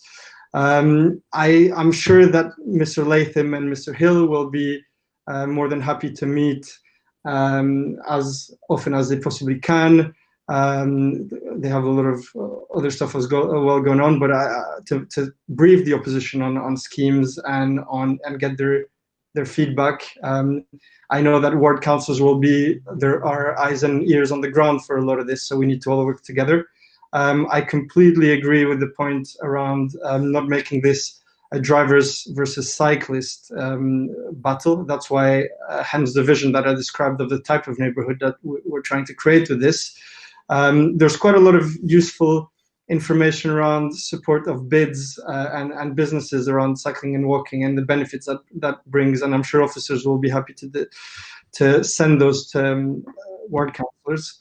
And on a final note, I mean, I take from this that the opposition are supportive of low traffic neighborhoods in principle, that they're supportive of school streets and they're supportive of temporary cycle lanes where there is a benefit. So I'll take that as a yes to some of the questions we've had on social media.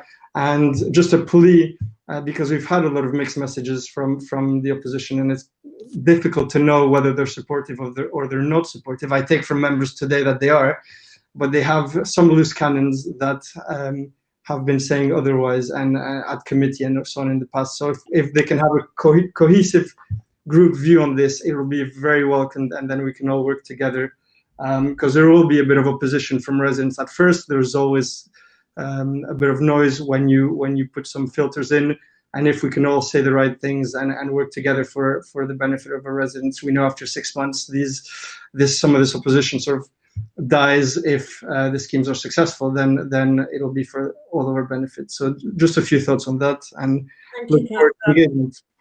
Yeah, that's fine. Councillor Garrett, would you like to second the suggested amendment that I've proposed on 2.3 to endorse the approach to engagement on the programme henceforth, making it clear to the general public which each scheme aims to achieve and to monitor its ongoing effects? Yes, I'm quite happy with that. Thanks. Excellent, thank you. And of course, we're all aware that the council has a strong policy on engagement and consultation, and any work that we do would refer to that policy going forward. But I'm very happy to take that cross-party agreement on 2.3 on the amended motion. So can we agree the recommendations 2.1, 2.2, 2.3 as amended, 2.4 and 2.5? Could everyone indicate, please? Yes, I can see that there is general agreement. Absolutely fine. Thank you for that. Thank you for that unanimous support. I think there are some really exciting schemes here, and it's really good that we are working together on this as we go forward. Which brings us to item 7. I do think we need to speed up a little bit. I know these are all important items, but I'm just conscious of the time. So thank you to officers for item 6, and we're now moving on to item 7, compulsory purchase orders for housing development. Mr. Norell? Thank you, Chair. Good evening, councillors. I'll just take you through the salient points of the report. This relates to 2 projects to deliver new housing as part of the council's wider ambitions to provide additional new housing schemes, including affordable housing. I'm going to start with the scheme at Ratcliffe Gardens. The scheme is part of the HRA New Build Council Housing Phase 2 programme that provides new affordable rented homes. Ratcliffe Gardens in itself is one of 7 sites that will provide 81 new HRA dwellings. The site has planning permission to provide 4 2-bedroom homes as part of that wider scheme. And as part of that site assembly, 5 garages were originally under private ownership, of which 4 we have been in principle agreed to acquire the land with those owners. However, one of those 4 has recently pulled out on the basis that of time, although we feel quite strongly that we can reopen those negotiations. The 5th garage, we've had unfortunately no contact, despite many attempts by Sutton Housing Partnership and council officers to enter discussions and negotiations. The good news on that one is we received literally only 2 to 3 weeks ago a letter from a surveyor acting on their behalf to enter and start formal negotiations. So that's hopefully going to be positive in terms of those outcomes. I'm going to now move on to Alexandra Gardens. In July 2018, this committee approved the recommendation to develop an area of land that included a number of garages as part of the site, and through a grant of a long lease to Sutton Living to develop new residential accommodation. So this site also has planning permission, and that is to provide 23 apartments, 8 of which are affordable. And as part of this site assembly, 2 of those garages were under private ownership. One of those has been in negotiation for a long period of time, and there is an option being considered as a replacement as part of the wider new housing scheme. One of the other garages, so the second of those 2 that are in private ownership, we've had no contact despite many attempts, and we believe that the owners may have actually even moved away. However, through some local intelligence, we may have a lead, but this is being followed up currently, and we're waiting the outcome of that. So in principle, therefore, we are looking to seek the recommendations that are set out in the report so that we can obtain compulsory purchase powers to deliver these important schemes. I'd just like to finish on that this will be used as a lever and a mechanism for us to facilitate these housing schemes, but the ultimate goal will be to agree these through negotiation rather than implementation of the CPO powers. Thank you, Chair. Thank you, Mr. Norell. And I know a lot of work's gone into this and a lot of consultation with the ward councillors. I'm wondering if it's possible to move directly to the recommendations. I can see that Councillor McCoy wants to make a comment, but for the interest of time, I'm happy to bring you in, Councillor McCoy. And then unless anyone indicates, I believe that, as I say, there's been a lot of consultation discussion about this. So after Councillor McCoy, unless I see differently, I'm going to suggest we move straight to the recommendation. Councillor McCoy. Thank you, Chair. Actually, that was the point I was going to make. There's been considerable consultation with the ward councillors on this. I believe they're supportive of the scheme. Therefore, I'm hoping that we'll be able to just move to agree the recommendation. Thank you, Councillor McCoy, and I take your point, Councillor Hicks, well made.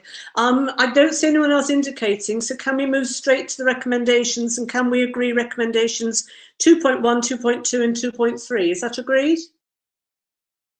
Can I see some nods and some thumbs up? Excellent. I don't see any dissent, so that's an agreement. Thank you very much for that. That helps hugely.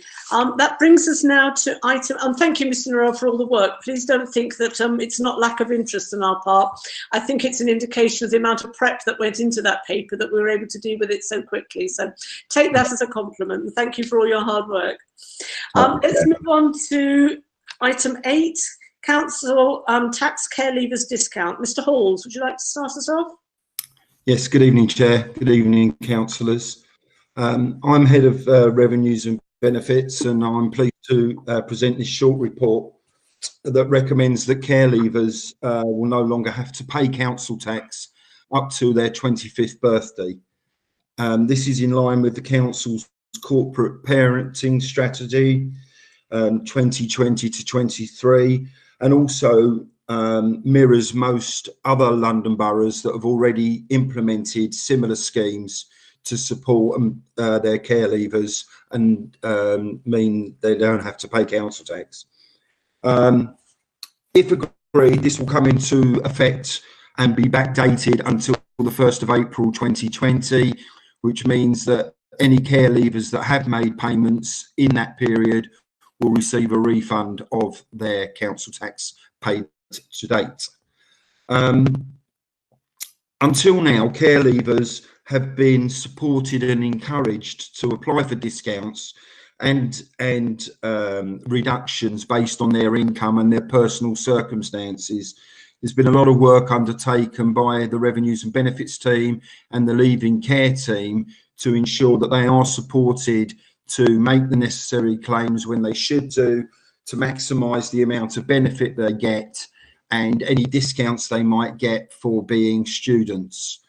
However, in most cases, or in many cases, that still leaves a balance that the care leaver has to pay, and this report is looking at supporting them by applying a discount, which the council is able to do under Section 13A of the Local Government Finance Act 1992.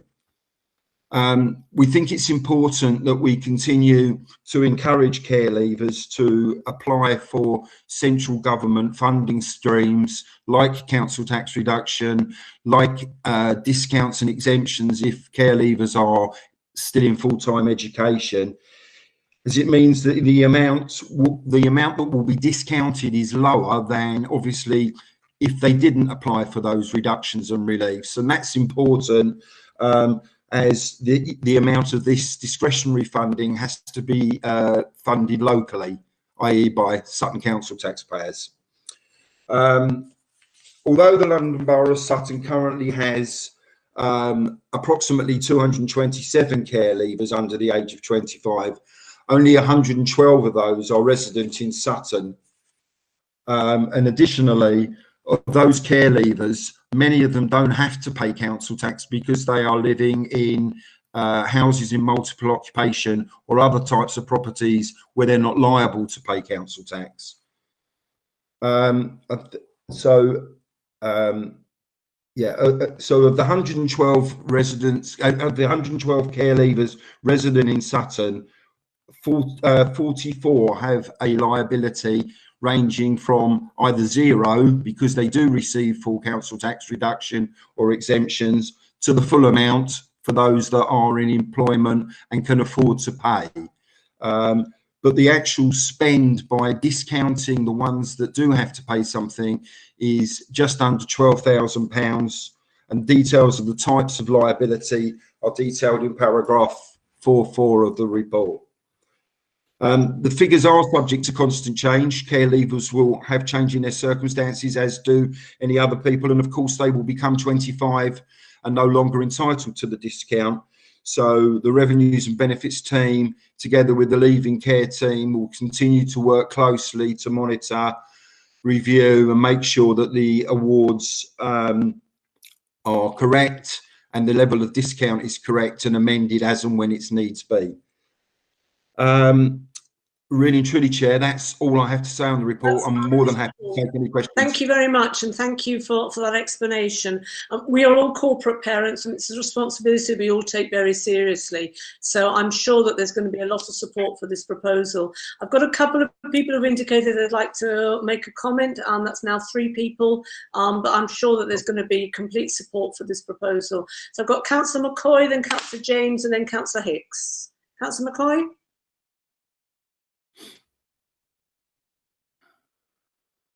I didn't ask to speak, sorry. That's fine, Councillor McCoy. It's only because your name was on the report. Councillor James? Thank you, Chair. Just to say that I'm really pleased to see this item on the agenda this evening, and I do hope that members will agree the recommendation.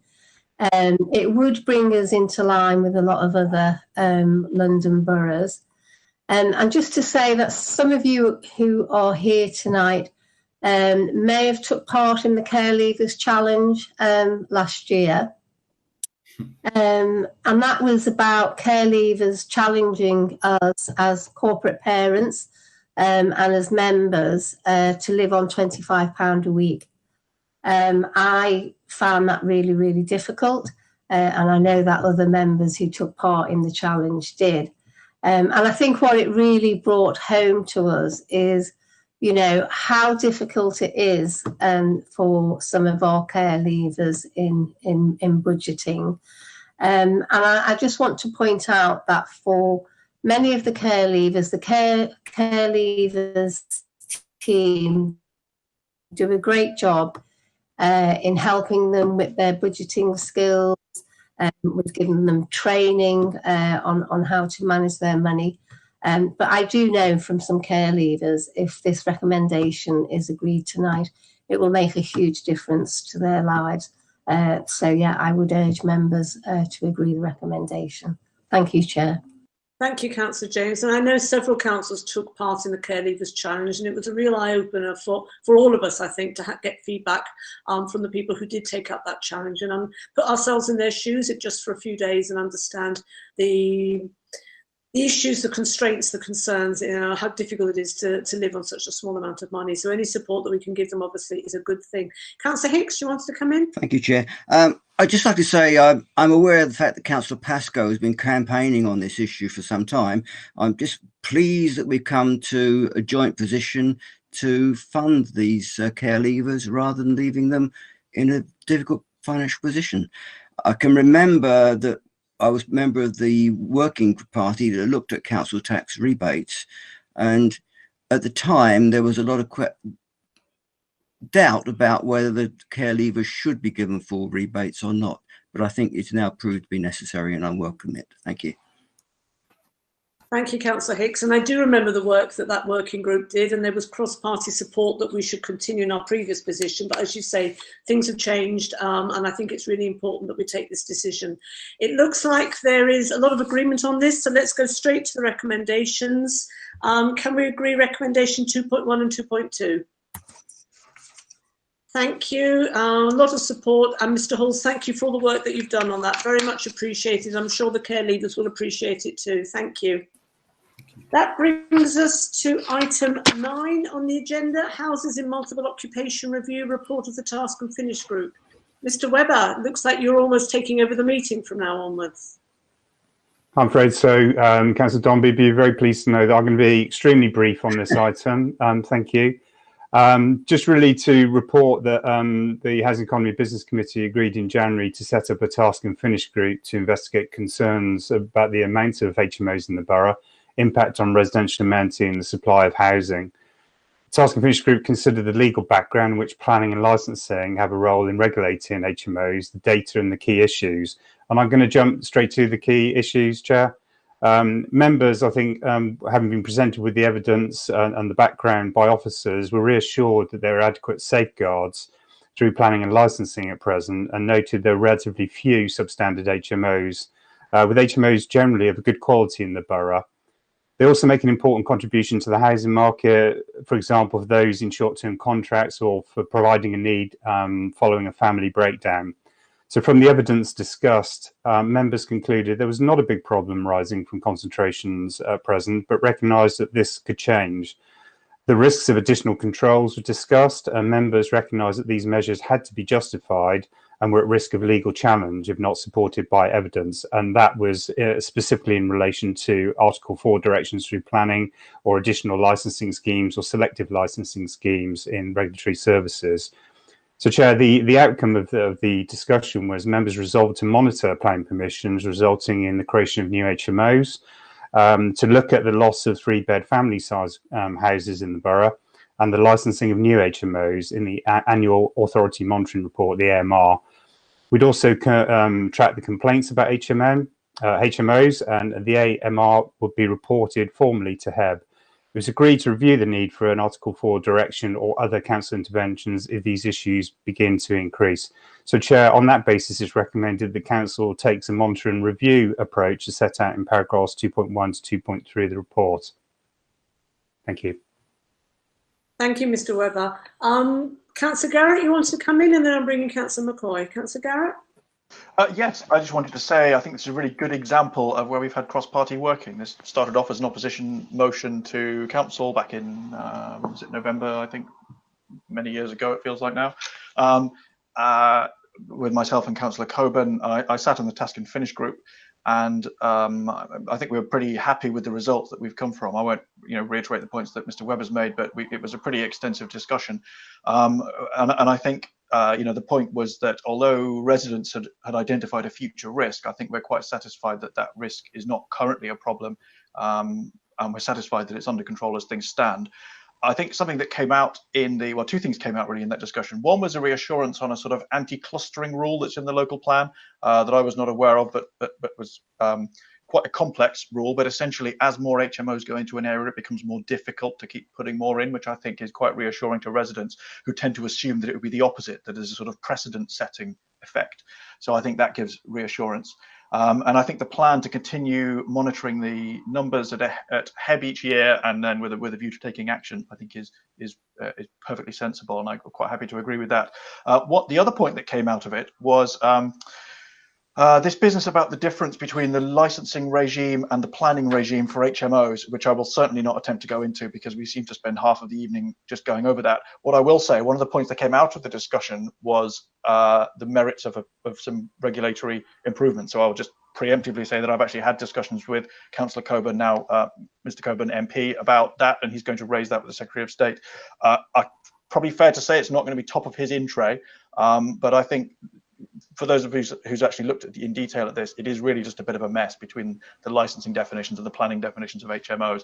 And I think we could probably make a lot of people's lives much easier by bringing them into line, which perhaps eventually, hopefully the government will be able to do. But I'm happy to agree with the recommendations and as they're placed. Thank you, Councillor Garrett, and thank you for the work that you're doing, because I agree with you, it's very confusing when it's a licensing issue, when it's a planning issue. And I had some concerns, some government announcements that planning regulations would be changed, that some of planning powers would be taken away from local government, and particularly around permitted development rights. So it's all part, I think, of a general conversation. Anything that you can do to clarify that and to simplify it, I think would be welcome. Certainly residents find it extremely confusing, and to be honest, so do we. Councillor McCoy.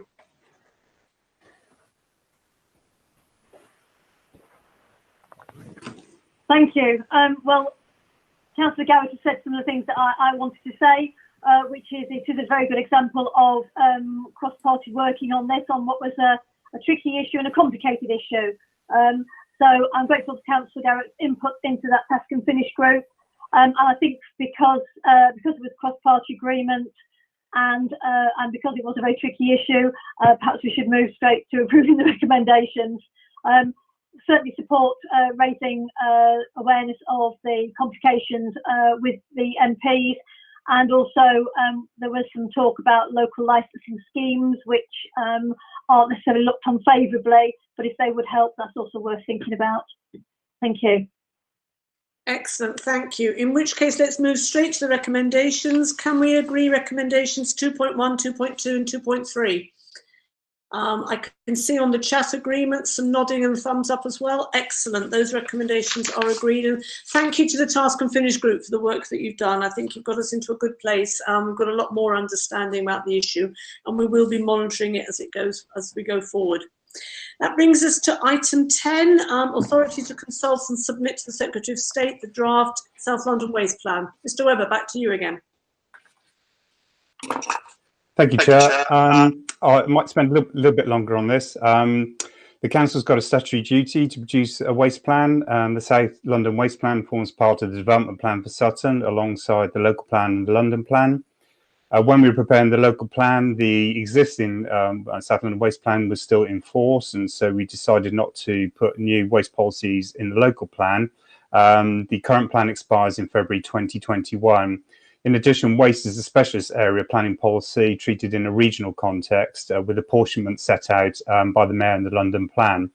The Council has led the 4 partner boroughs in drafting this replacement plan, so it's very much been dealt with at a regional level. The plan's been produced following issues in preferred options consultation last autumn, and the plan seeks to safeguard existing sites of waste treatment and sets out development management policies to guide waste treatment. The consultation attracted 78 individual representations, including reps from the Mayor of London, councils outside of London, and NHS England, alongside a lot of comments from existing businesses and residents. And the schedule of representations is set out in Appendix C. Some of the key points from the report: there are 45 existing waste sites identified across the 4 boroughs in the new plan period from 2021 to 2036. 12 of those are in Sutton. Key headlines is that the boroughs can meet their targets for household, commercial, industrial waste by safeguarding existing sites. Construction and demolition waste can be met within the capacity of existing sites and allow an appropriate intensification of waste treatment for this stream on existing sites. And another key point here is not proposed to designate any new sites, although a replacement for an existing site would be considered. There are some changes to policies arising from consultation, but also to reflect changes in national planning policy and other statutory requirements. Changes to the safeguarded sites in Sutton include boundary changes, reference to overhead power lines, and requirement for transport assessments in new developments, and particularly including cumulative impacts. In terms of the representations, the Mayor doesn't agree with the no new sites approach and has also ventured that sites not required should be offered to other London boroughs, and we might come back to that in discussion. This does introduce a risk as the plan is a development plan document which must be in general conformity with the London plan. The concerns of the South East councils is they have traditionally taken South London's waste, but that is no longer the case. NHS England seek to provide additional clinical waste, but we have not been able to quantify their need within the plan area. But we'll continue to work with these consultees to address these concerns before the examination in public later in the year. The recommended officer actions in that respect are summarised in Table 1 of the report. The draft plan is accompanied by a sustainability appraisal, which is a legal requirement under the Planning Compulsory Purchase Act. The purpose of the sustainability appraisal is to promote sustainable development and to assess how the plan was considered against reasonable alternatives to help achieve environmental, economic and social objectives. During the publication period, representations will be sought, which will be sent to the Secretary of State for Housing, Communities and Local Government. And the draft plan representations received will then be submitted to full council in the autumn for approval to then submit to the Secretary of State. So, Chair, on that basis, the report is as per the recommendations. That's all I wish to say by way of introduction. Thank you, Mr. Webber. Obviously, it's a very long and technical report, but there is some important stuff in there. So I don't know if you want to come in, Councillor McCoy, and then I'll bring you in, Councillor Foster. Councillor McCoy. Thank you, Chair. Yes, just to make a few additional points. The waste plan is a major planning policy document, and the process it had to go through has been very similar to our local plan, hence the consultation and the submission to the Secretary of State. All 4 boroughs also have to independently approve this. So I would just ask officers to confirm at what stage the other 3 boroughs are in the process. Also like to flag up that Sutton officers were asked to lead on this piece of work, which I think is testament to the excellent work that our strategic planning officers have done in the past on our own local plan, and also the submissions fighting against the housing targets of the London Mayor more recently, which again they were asked to represent a collective of London boroughs. So I'm pleased about that. Also, I think that I'd like to thank officers because it's a very well written, straightforward document along the same similar lines to our local plan. So I welcome that. But just going back to the point about it may not be in conformity with the Mayor's London plan. I'd ask officers to just perhaps elaborate on what our arguments against that are going to be, because obviously our plan has got to be found sound. Thank you. Mr. Webber, there's quite a lot of stuff in there. So do you want to come in on that, and then I'll bring in Councillor Foster? I'm afraid, Councillor McCoy, I missed, you broke up a little bit at my end on the very last bit, but I was going to invite Duncan Clark to come in on the first point in terms of where the other London boroughs are, if Duncan can come in.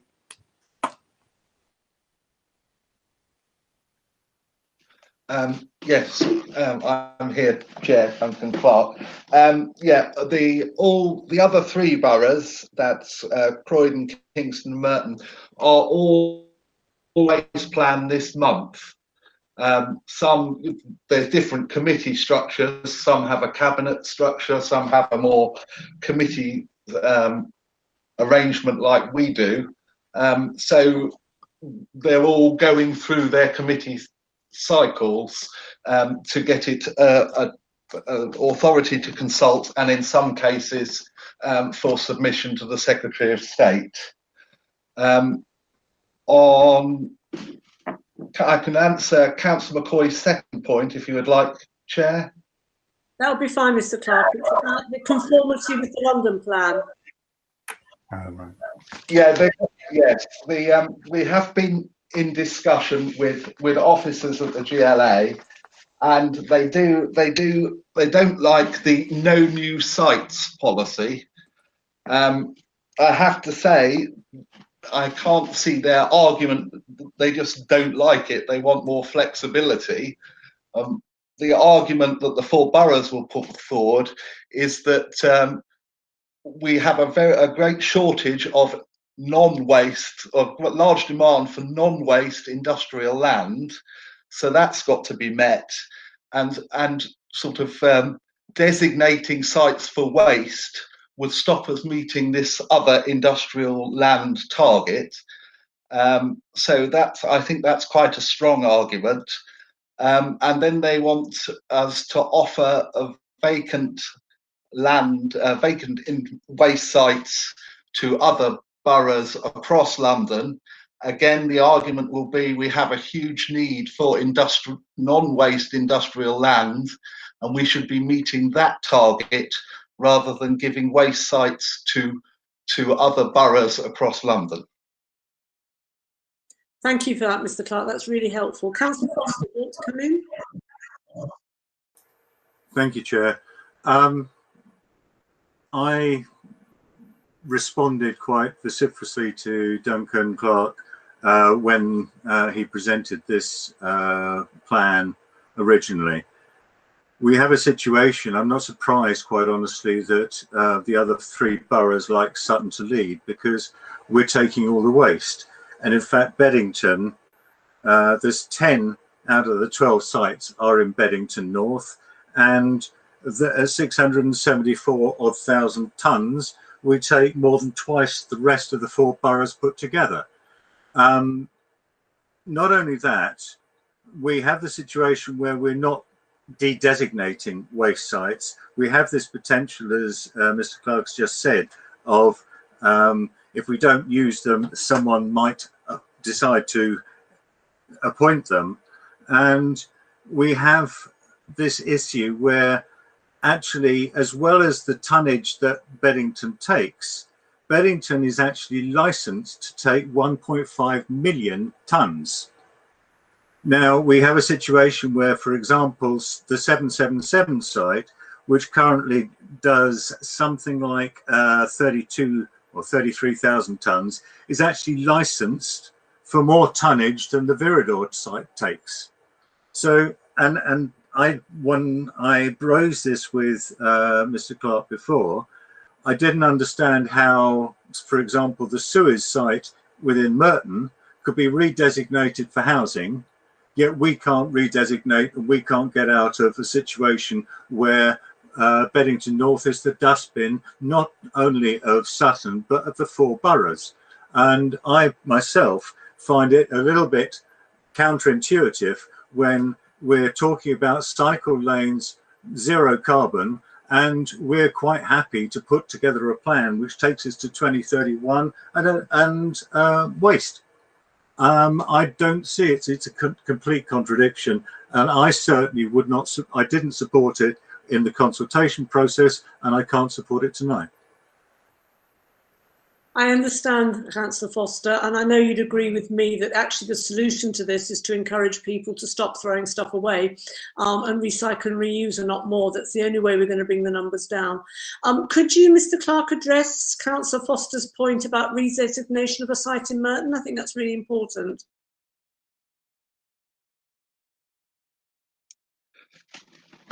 Yes, there was a site, Benedict's Wharf in Merton, which was occupied by the Suez company.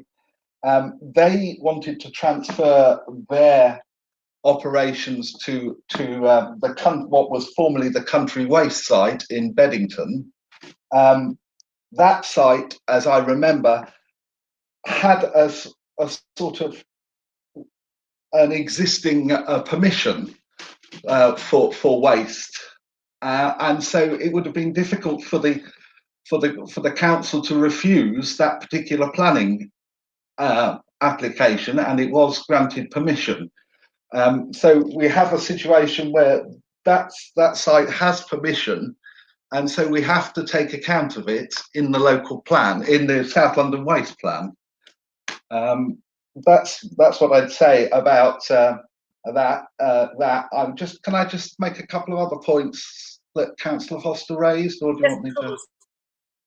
Yeah, he's correct that Beddington is taking a large amount of the waste. I mean, Sutton is doing 50%, 52% of the waste that's needed to be done. So yes, Sutton does do more than its fair share, but I would draw his attention to Appendix 2 of the South London Waste Plan, where you see how little construction and demolition Sutton actually manages, and you only need one site to sort of go wrong there, and Sutton would be relying on Merton and Croydon to meet its construction and demolition obligations. I would point out as well that there are a couple of sites in Beddington Lane are being designated. The composting centre is becoming part of the regional park, and European Metal Recycling, which was in Beddington Lane but has now moved to Merton,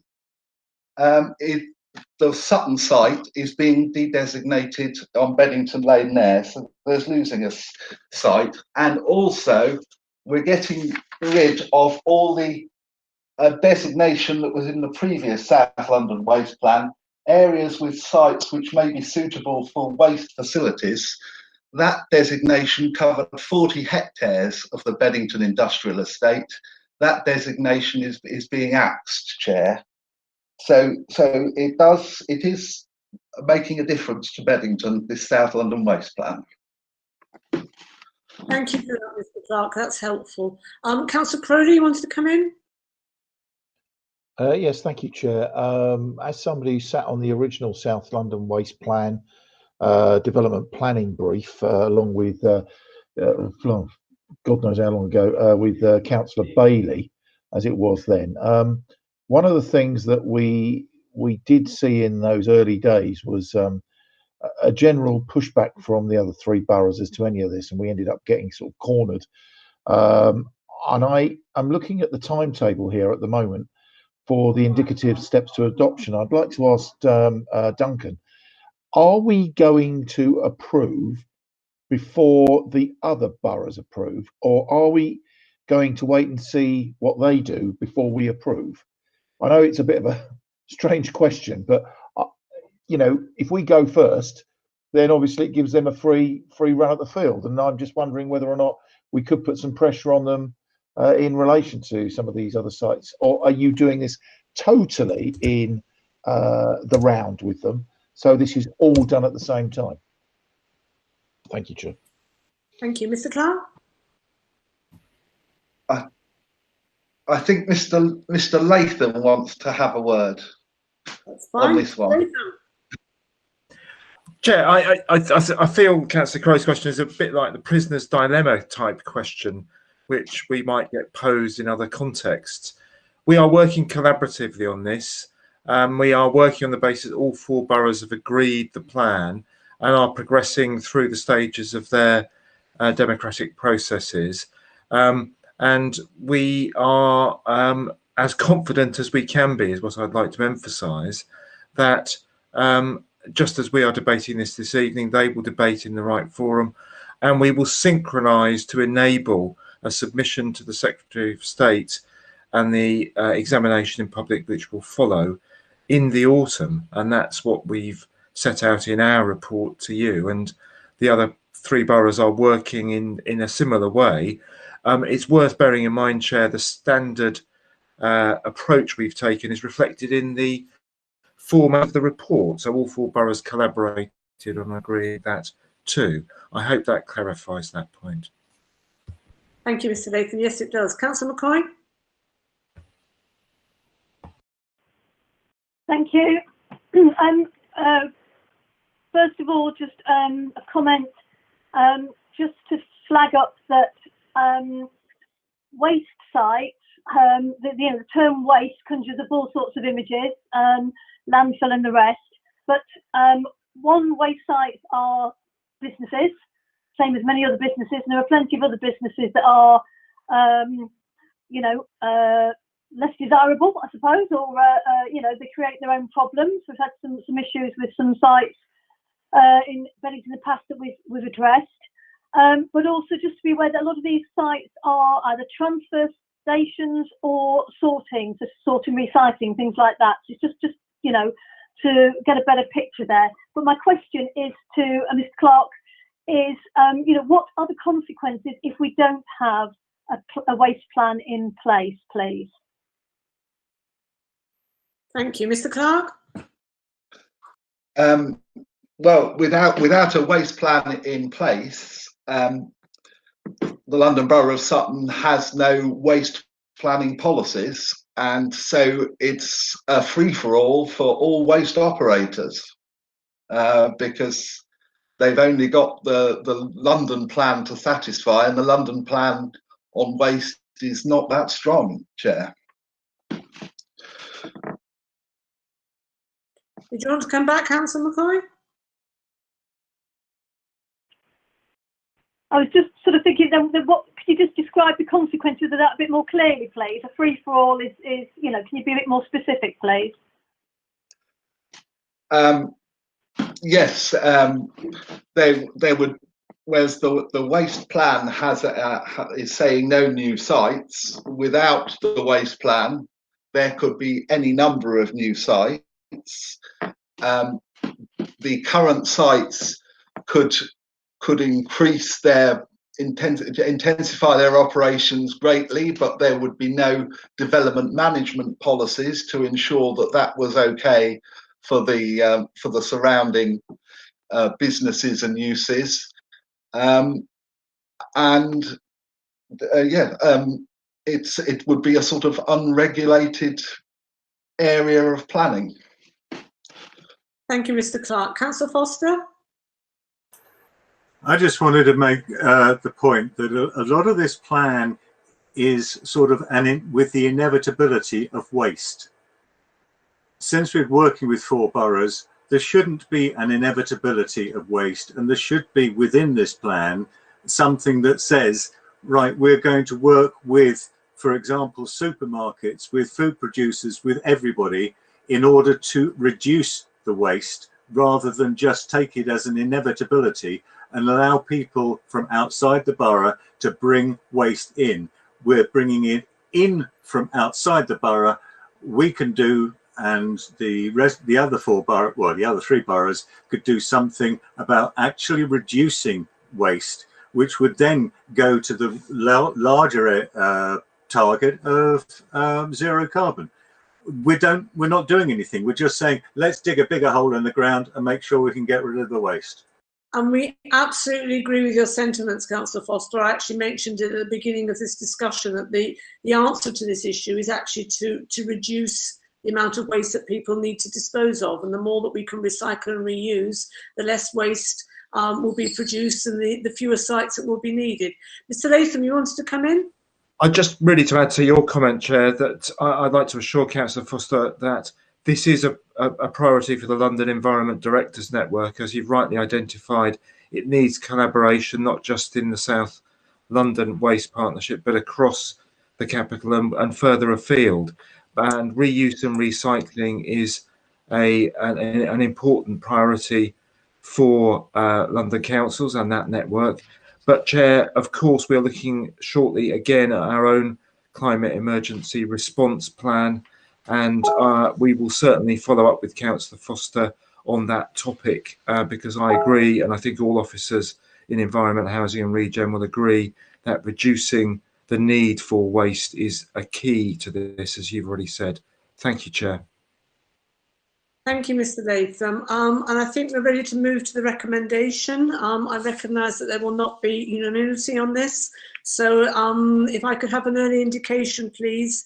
We're moving to recommendation 2.1, which is to give authority to publish the draft South London Waste Plan and associated documents in order that representations can be made.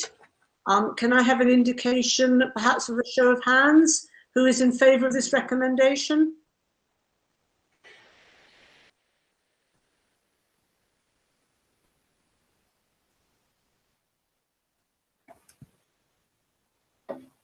Thank you. And who is against?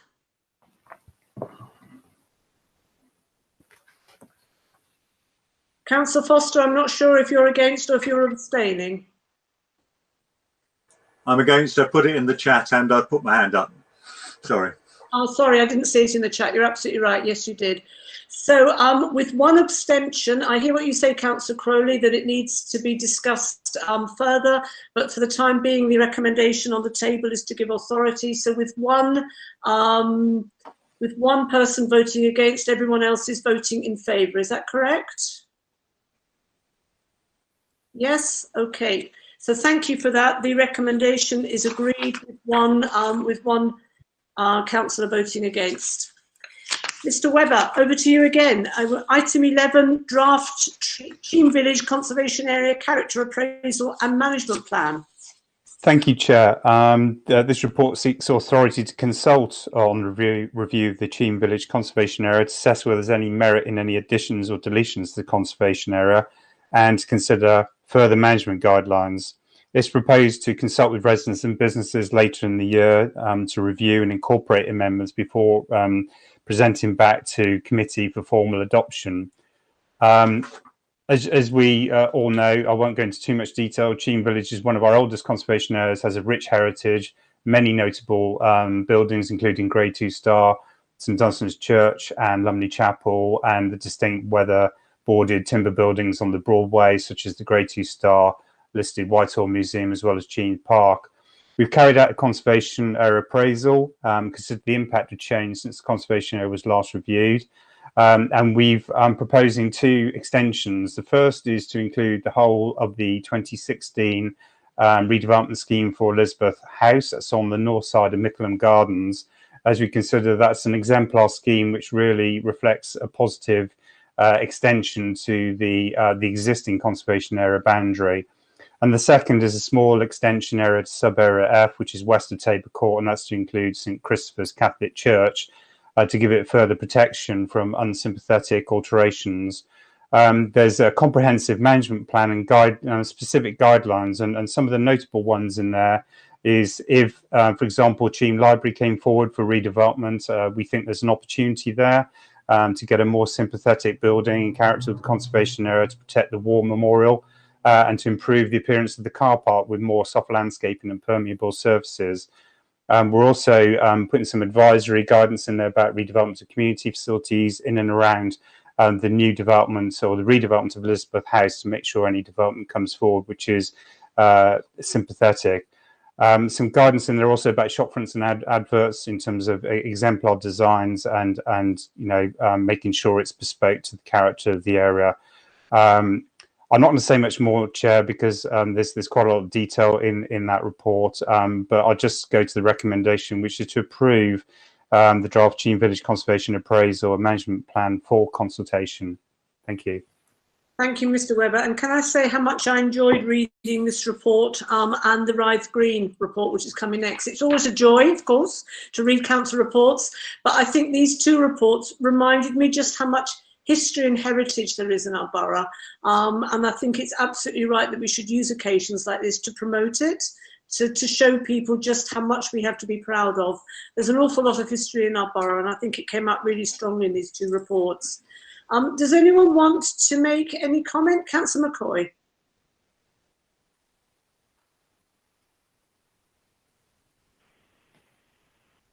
Thank you. Apologies, my unmuting is so slow. Yes, just to point out that since we completed our local plan, we've brought forward a few of these conservation area character appraisal documents.